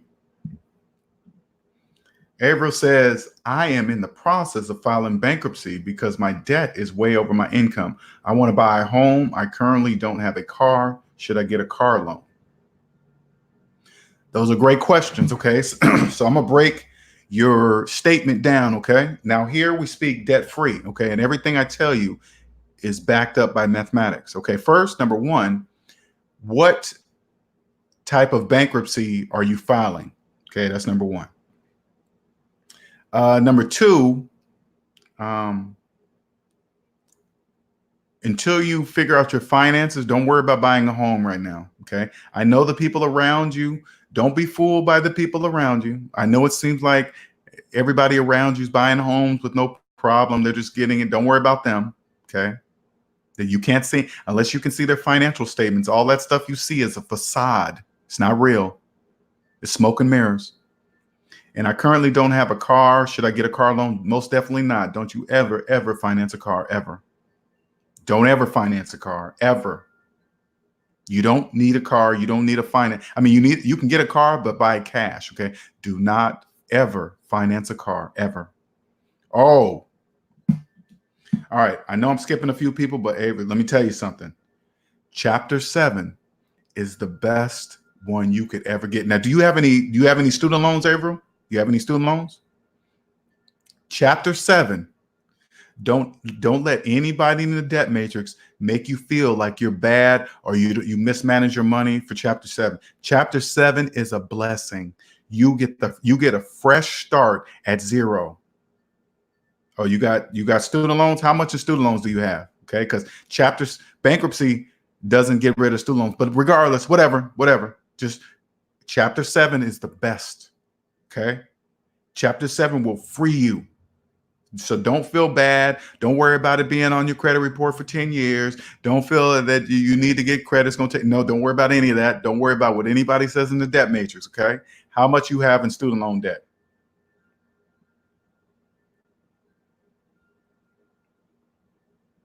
Yep, just like NC Briggs says, it is a tool. And understand this, Averill, not everybody gets approved for chapter 7. That's why it's so hard to get. But people in the debt matrix, they don't really understand that anyway. They just go for chapter 13. So they think they're going to keep all their finance stuff, which they don't even own in the first place. So don't worry about people in chapter 13. Don't worry about them. They're not fooling anybody. Okay, they're still in debt. Don't worry about that. Thank God you get a chapter 7. Okay, that's freedom. Instant. That's instant freedom. Okay, that's instant freedom. Ill Will says, I want to forget like you, Linnell. I want to be like you. I don't even know what is a protocol. What is a prototype? You must have meant prototype. I don't even know what that is. Oh boy. What is your profession, Averill? Is that right? You saying 261,000? What is your profession? And how much do you make right now?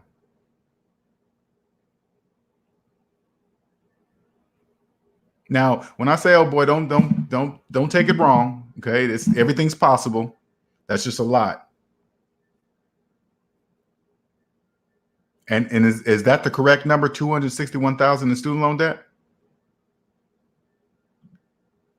Darkman Jeff says, I always thought that all bankruptcy was bad until I noticed rich folks do it to rearrange expenses. Yeah, it's different. Don't worry about rich people using bankruptcy and all that stuff. It has nothing to do with rich. Nothing. Just if you can get a chapter 7, it counts on how much debt you're in too. But if you can get a chapter 7, you're lucky. You're lucky to get chapter 7. I promise you. Darkman says, I need to do research on which bankruptcy is which. Chapter 7 frees you instantly. Chapter 13, there's only 2 that for personal. Chapter 13, you make payments from 3 to 5 years. Okay. Avery says 45,000 social work. What? Okay. So and again, I want you to understand, Averill, this is the questions I ask is not to demean you, not to put you down, not to make you feel stupid. Here in the Savings Minus Debt family, this is to resolve the core problem. Okay. So what degree do you have in? What kind of degree do you have right now for that 261,000? Char123 says, hey everyone, I filed bankruptcy. See? Which one did you get, Char? Did you get 7 or 13? NC Briggs says, if you finance anything as a person that filed bankruptcy, you're going to get jacked at dealerships, far worse than the normal debt matrix. Oh yeah, they send you They send you stuff how to get back in debt. They teach you how to. There will be lawyers. I think that was you, NC Briggs, right? There are lawyers that will send you to places to help you get a finance a car while you're in bankruptcy. They just do it. They just do people in debt so wrong. They just do it right in your face. Hey, this is how you stay in debt, even in bankruptcy. They're going to charge you through the roof. Cosmic Wisdom says Google Personal Capital. That is the free app to track all your accounts for you to track debts, assets, and expenses. Char123 says last month, but I did 13. Did you get 5 years? 5 years? Did you? And also, Char, did you do it? Did they offer you 7 and 13? And did they just convince you 13 to say, hey, man, if you do a 13, you get to keep your stuff? Cosmic Wisdom says, I've been using it since 2012. NC Briggs says you can get a car for $7,000 and end up paying $20,000 on a car using because of bankruptcy. Sure can. Buy cash. You buy a car with cash for half the price from a person in debt. NC Briggs says, yeah, a lawyer tried to do that to me. I know. I remember that was funny. That was so funny. That's hilarious. Avery says, social work, I kept changing grad schools and interest piled up. All right. So put it this way. It counts on how bad you want out. I'm assuming you rent. Are you married, children? Tell me some other, because you have to get out of that student loan debt. And I know that's a life-changing amount.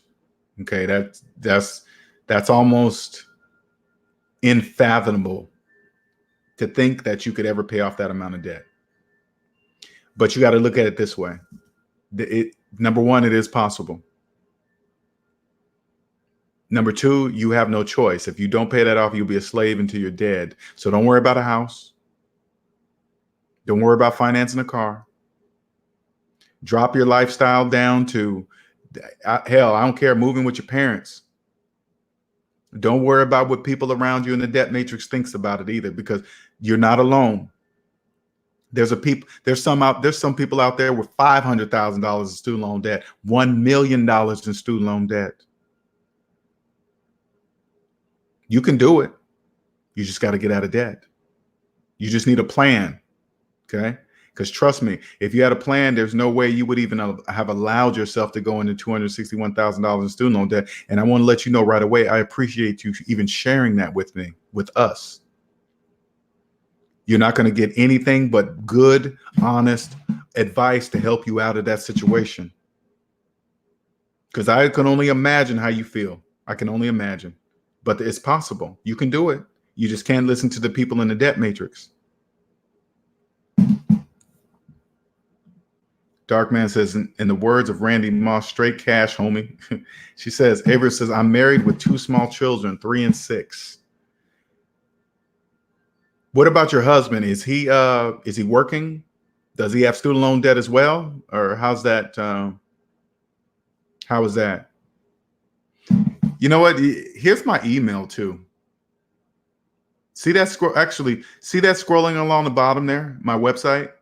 Avriel, go to my website, schedule a free 30-minute consultation, because I would like to go into more details with this. It's probably too much to write in here. I don't want to throw out all your business out here or whatever, right? But go there, schedule your own books, click on book consultation. Make sure you specify your time zone when you do it. And whatever time works best for you, that 30 minutes is yours. You don't have to prepare yourself for anything. I just want to get on the phone, hear you speak, and then I'll know exactly what to say to you, to offer it to you, whatever. But I want you to know it is possible. I want you to know there is no other option. Okay, you got to pay that off. I want you to feel what it's like to be free. And if you got a partner that's willing to do it with you, you will get out of debt even faster. Okay. Darkman says, when it comes to buying cars, of course, yeah. Any other questions, you guys? Any other questions? When you guys, I really, this is what drives me. Okay. I want you guys to understand this seriously. There is nothing in the world like financial freedom. Nothing. Nothing. I've never felt this in my life. I'm 50. My eyes didn't open till 40. Doesn't matter how long it doesn't matter how long it's going to take you off. How long it's going to take you to pay off student loan debt. It doesn't matter. Time doesn't matter. You know why? Because if you don't pay it off, you'll die with it. I'm going to say it one more time so you can understand the severity of it.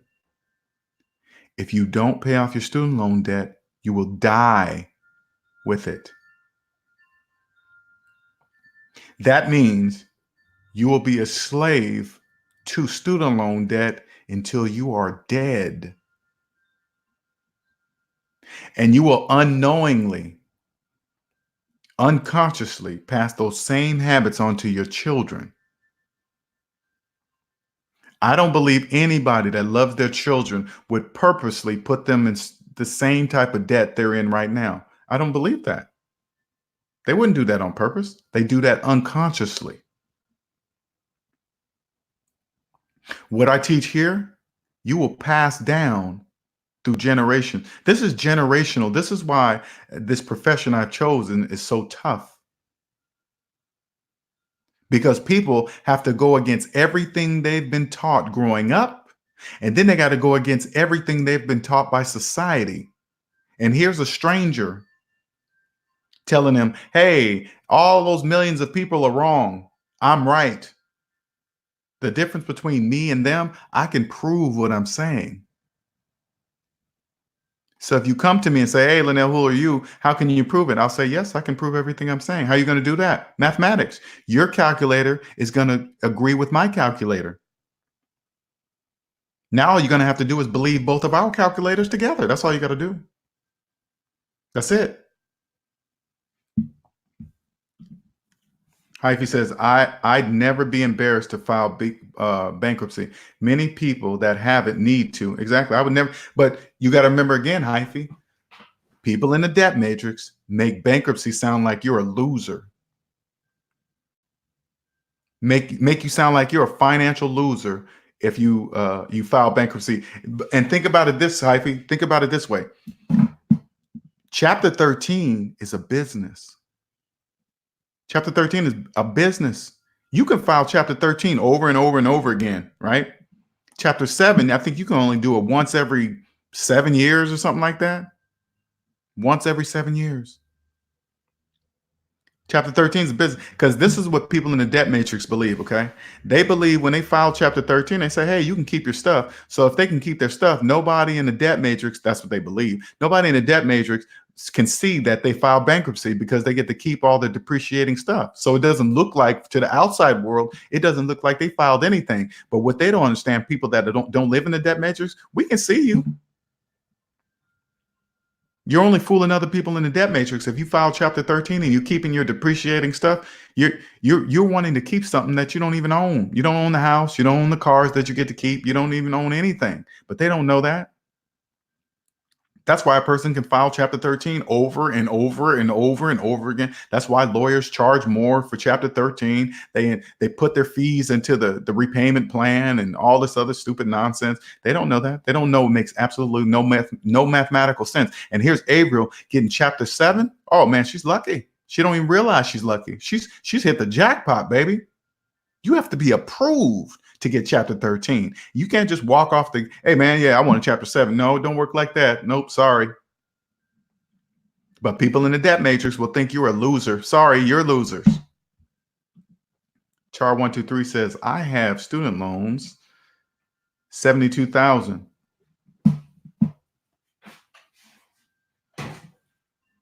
Yours is possible too. You can, I know, when you see that number, and I get it, you see a number like that, you believe that is impossible.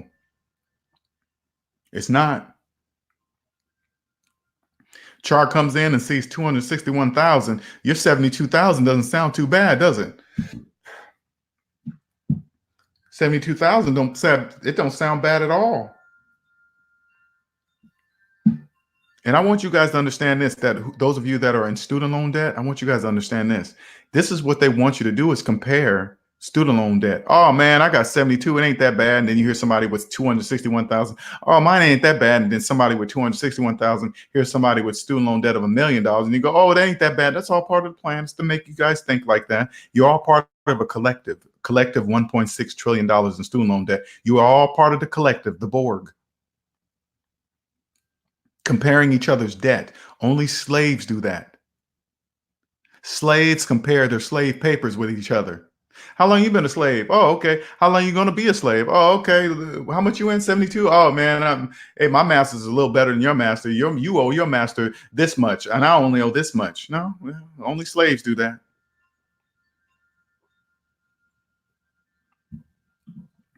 Char says, I don't have anything to show for it. I had to learn the hard way. Me too. Hey, you guys, Char, Avriel, I kept my student loan for 10 years. 10. I don't even want to add up the amount of interest I really paid for that. I don't even want to add up the total amount of what my degree cost over 10 years. I don't want to add that up. There is no way I'm going to add that up. And I'm debt free. I'm not going to go back and add up the total amount of my student loan I paid. I will never do that. I don't want to know.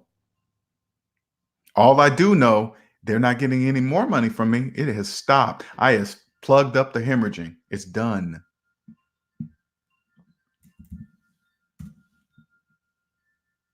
Avril, and Char, I want you guys to understand something, okay? Understand this.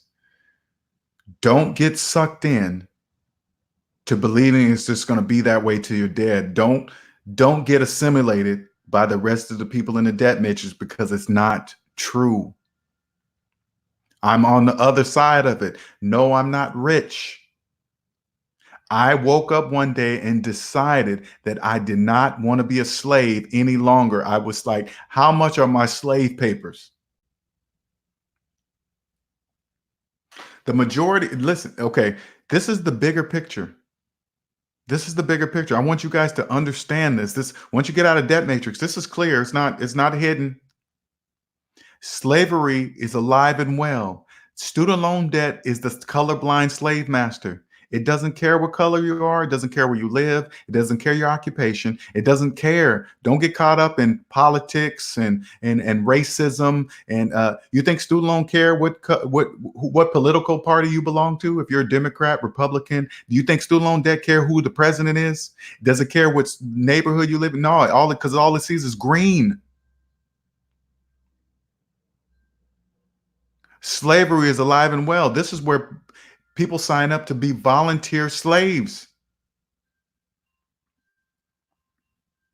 You get all these people in debt, the debt matrix saying, hey, don't pay off your student loans and invest in the stock market. Those are slaves. You cannot invest negative dollars into anything. That's mathematically impossible. How can they think that? Because they're slaves.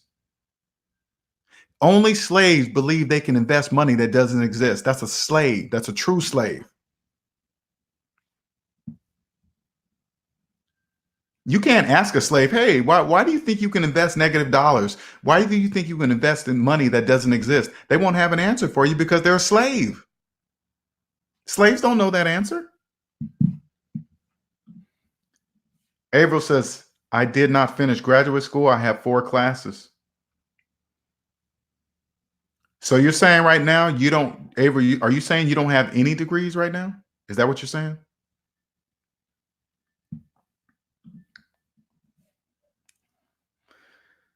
Hyphy's talking to Char and Avril.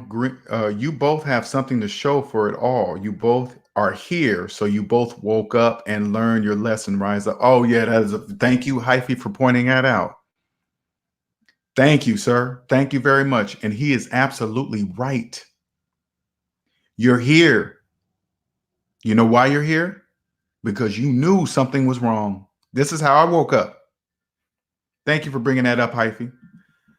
I knew something was wrong. Nobody tapped me on the shoulder and said, hey, Linnell, you should become debt free. You'll be free. No, it didn't happen like that.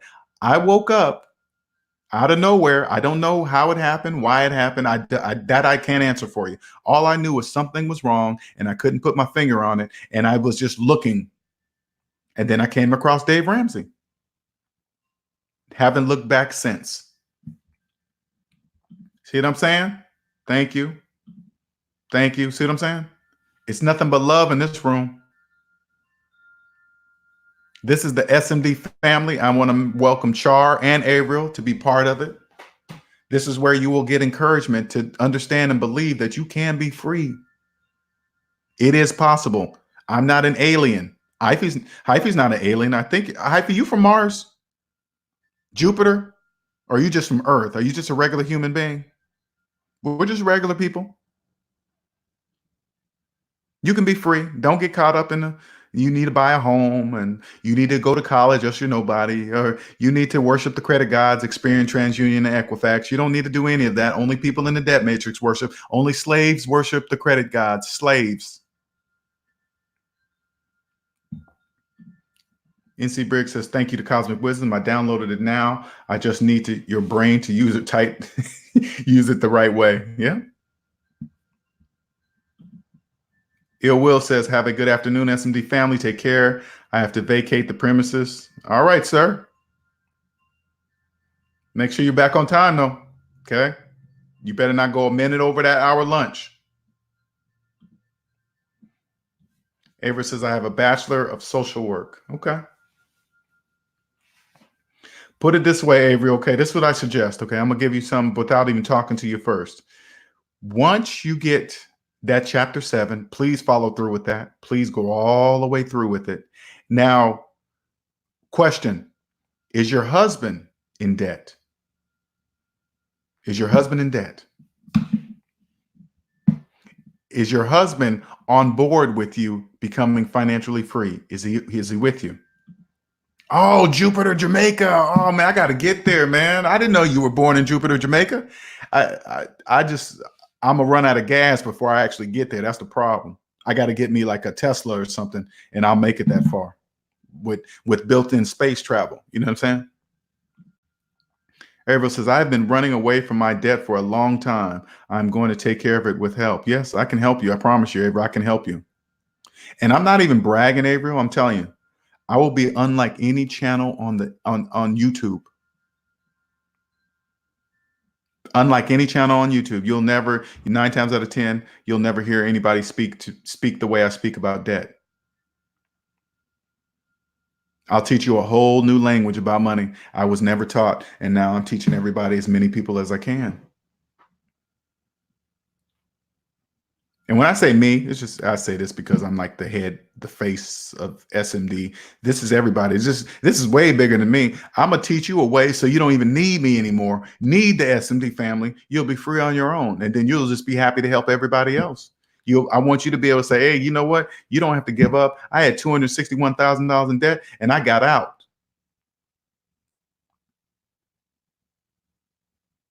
You'll be able to do it. Both you guys, you too, Char.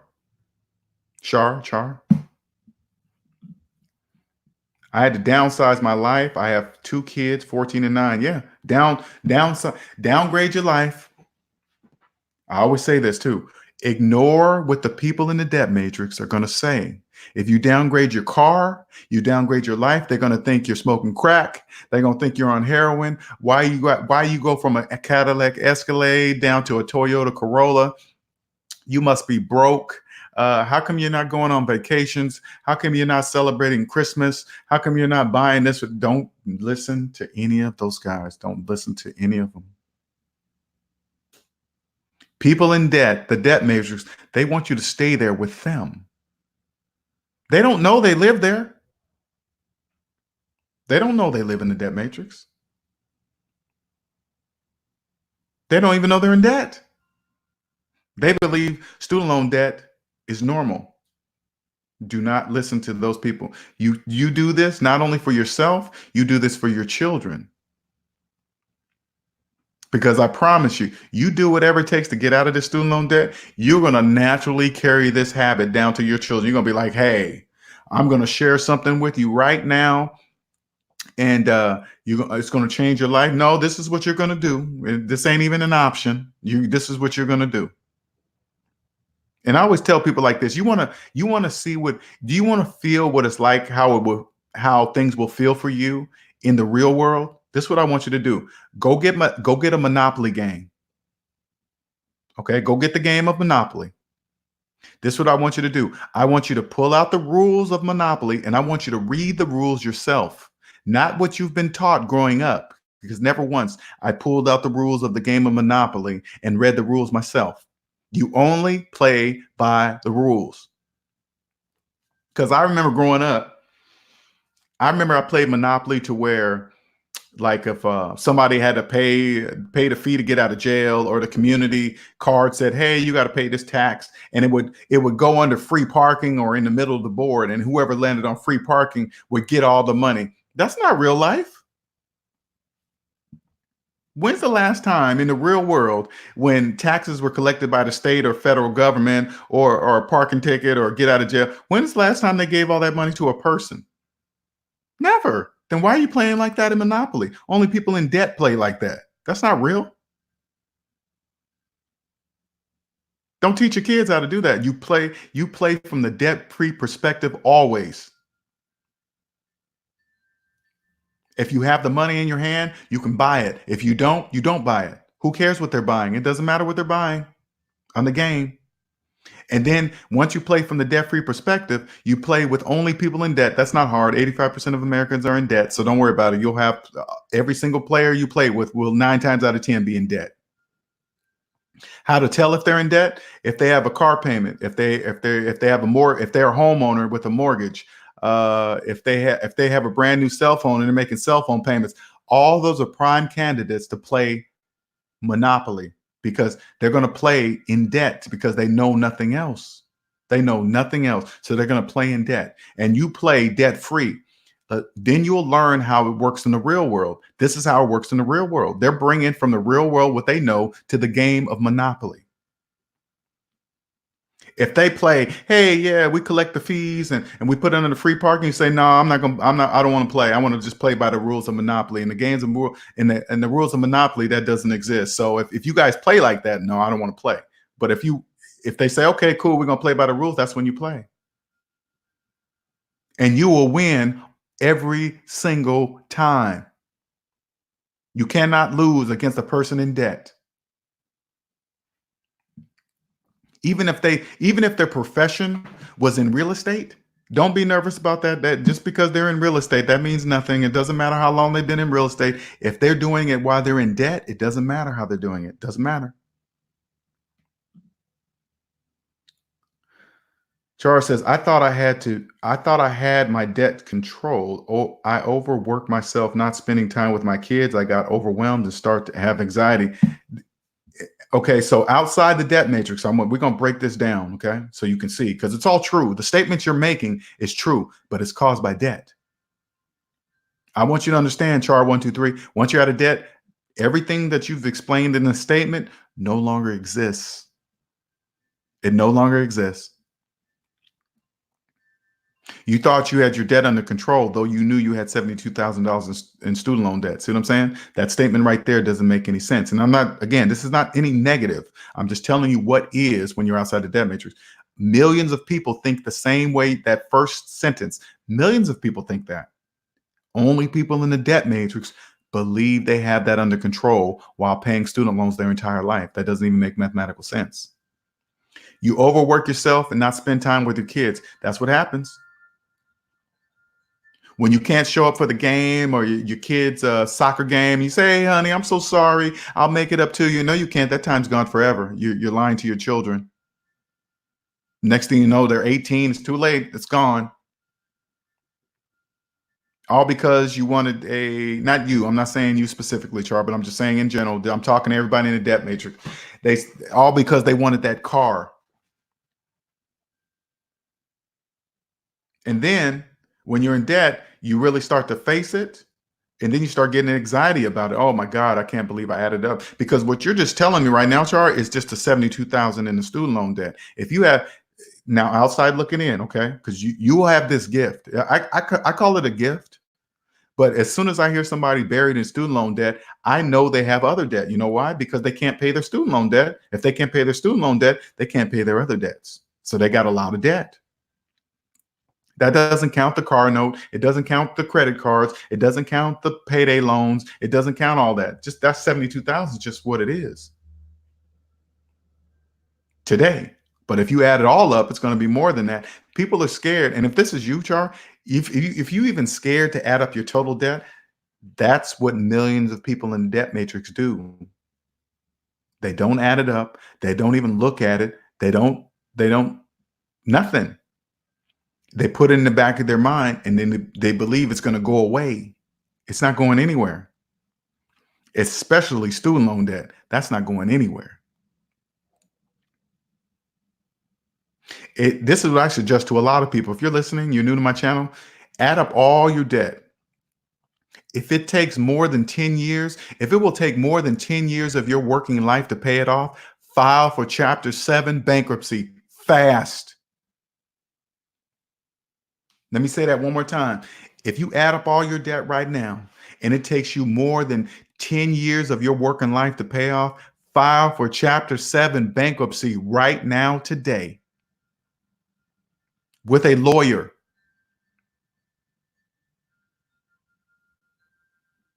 Even if you have student loans. Because listen, if you file for Chapter 7 and you get out all your debt, guess what? All that money is now freed up. All those things you were making car payments on, credit card payments, now all that money can be applied toward your student loan. Imagine how fast you would pay off your student loans if all of your other debt was gone. That's what Chapter 7 will do for you. Don't worry about credit. Don't worry about your credit score taking a hit, because people in the debt matrix always worry, what about my credit score? Well, you're broke. Why are you worrying about your people in debt? Worry about their credit score, even though they are broke. That's how powerful the mind conditioning in the debt matrix is. Agent Smith is the one that's scaring you. Hey, filing bankruptcy, it'll be on my credit report 10 years and it'll take a hit to my credit score. That's Agent Smith talking to you inside the debt matrix. That's Agent Smith scaring you. If you just stop and say, hey, does it make mathematical sense I do this? Yes, then that's what you do. Math and money are one. The only thing that can separate math from money are feelings, how you feel about math. How a person feels about math is 100% irrelevant. What's up, Mez? How you doing? Welcome to the group again. Much appreciated. Late to the party. Yeah, we're about almost 3.5 hours in and about to cut this off. Man, and have you guys noticed? I want you guys to notice. Look how long these videos be, man. I swear it doesn't even feel like I be on this channel that long. And I don't feel like I've been talking for over 3 hours. It doesn't feel like that to me because it's my passion. It doesn't even feel like work. But if I was at work and had 3 hours left, I'd have been looking at the clock every 30 minutes because I don't want to be there.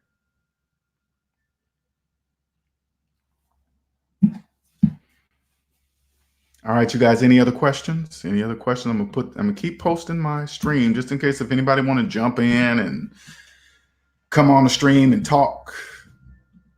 Ask me any questions, because I'm finding that a lot of people like hearing from real people, not just me, just yip yap.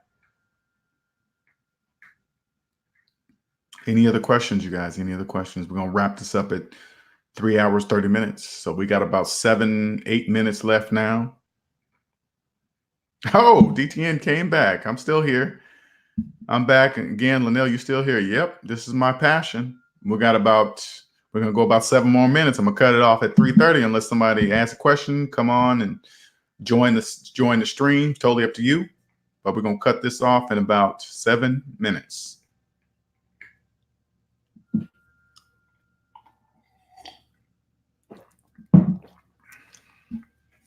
I've taken on a serious challenge, you guys. I put my whole life into this business because I believe in myself. I put myself into this business without any promise of any reward on the other end. But the reward I'm getting right now, before the money even comes in, the reward I'm getting right now, people are calling me, emailing me, telling me how I've changed their life. That's worth way more than money. How many times, just everybody in this room, okay? Everybody in this chat room right now.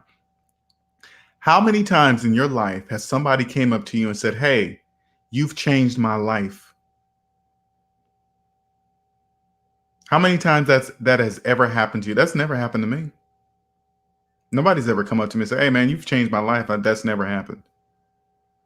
I mean, I've done things for people, done favors for people at work, and they say, hey, man, you're great, man. I'm glad I can come to you. But I've never had a person say, hey, man, you've changed my life. I've never heard that in my life. I don't care how much money you make. If you haven't heard that, that's something that's indescribable. I can't even describe that.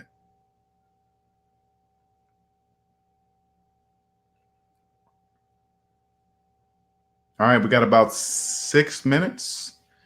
Any other questions?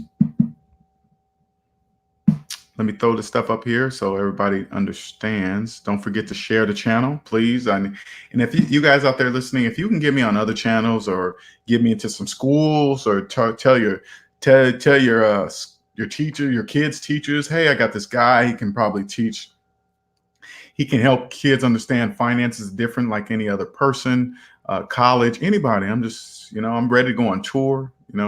I can't do any of this without your help. I can't. If you think you can come out here and start a business by yourself without any help from other people, no, you're never gonna. That's not true. That'll never happen. Please don't forget to hit that like button. Want your website built? Go to this guy. He's a friend and he's a client. He is financially free. He's very good at what he does. If you need a website built, go tell him. AskTheWizard.com. Tell him I sent you. Tell him, hey, LJ sent me. Please don't forget to subscribe. We got about 4 minutes. Any other questions before we cut it off at 3 hours, 30 minutes?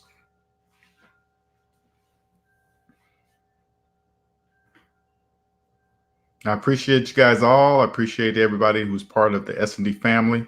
I know 3.5 hours. A lot of people can't stay on you. I know you guys are at work, probably catching this rebroadcast. But again, I can't reiterate this enough. If you are in debt, you are ready to see me. You're ready now, okay? I promise you, you're ready. Don't hesitate. The sooner the better.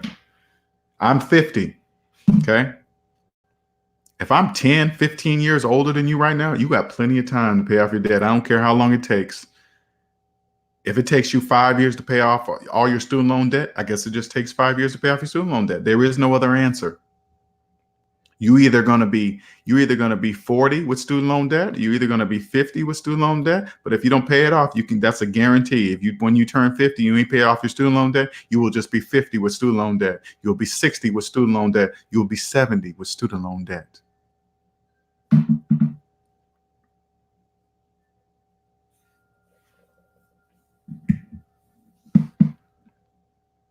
Any other questions? No? Maybe? Sort of? Kind of wish? Kind of sort of? I be wearing people out, don't I? Dang. All right, you guys. We got about 3 minutes. We're going to wrap this up in about exactly 3:30. 3 hours, 30 minutes. It is almost 1:30 here in East Coast time, South Carolina. Free 30-minute consultation scrolling there at the bottom. Any other questions? Any other questions? You're on YouTube. Let me look at that and see what I'm seeing here. Make sure I mute that as soon as it pop up. There we go. Any other questions? Any other questions? Look like I didn't wear everybody out. All right. We're going to wrap this up. Thank you all for everybody. Thank you everybody who participated in it. Much appreciated. Where are we at here? Let me see that. Okay. Thank you all, S&D family, Avril. Thank you, Hyphy. Everything for your always appreciate your help. Thank you. You guys have a wonderful, wonderful Tuesday. Appreciate it. And I am going to enjoy the rest of my day. Please don't forget to share my channel, help everybody, become debt free. And until next time, please keep them suggestions coming, video suggestions, topics.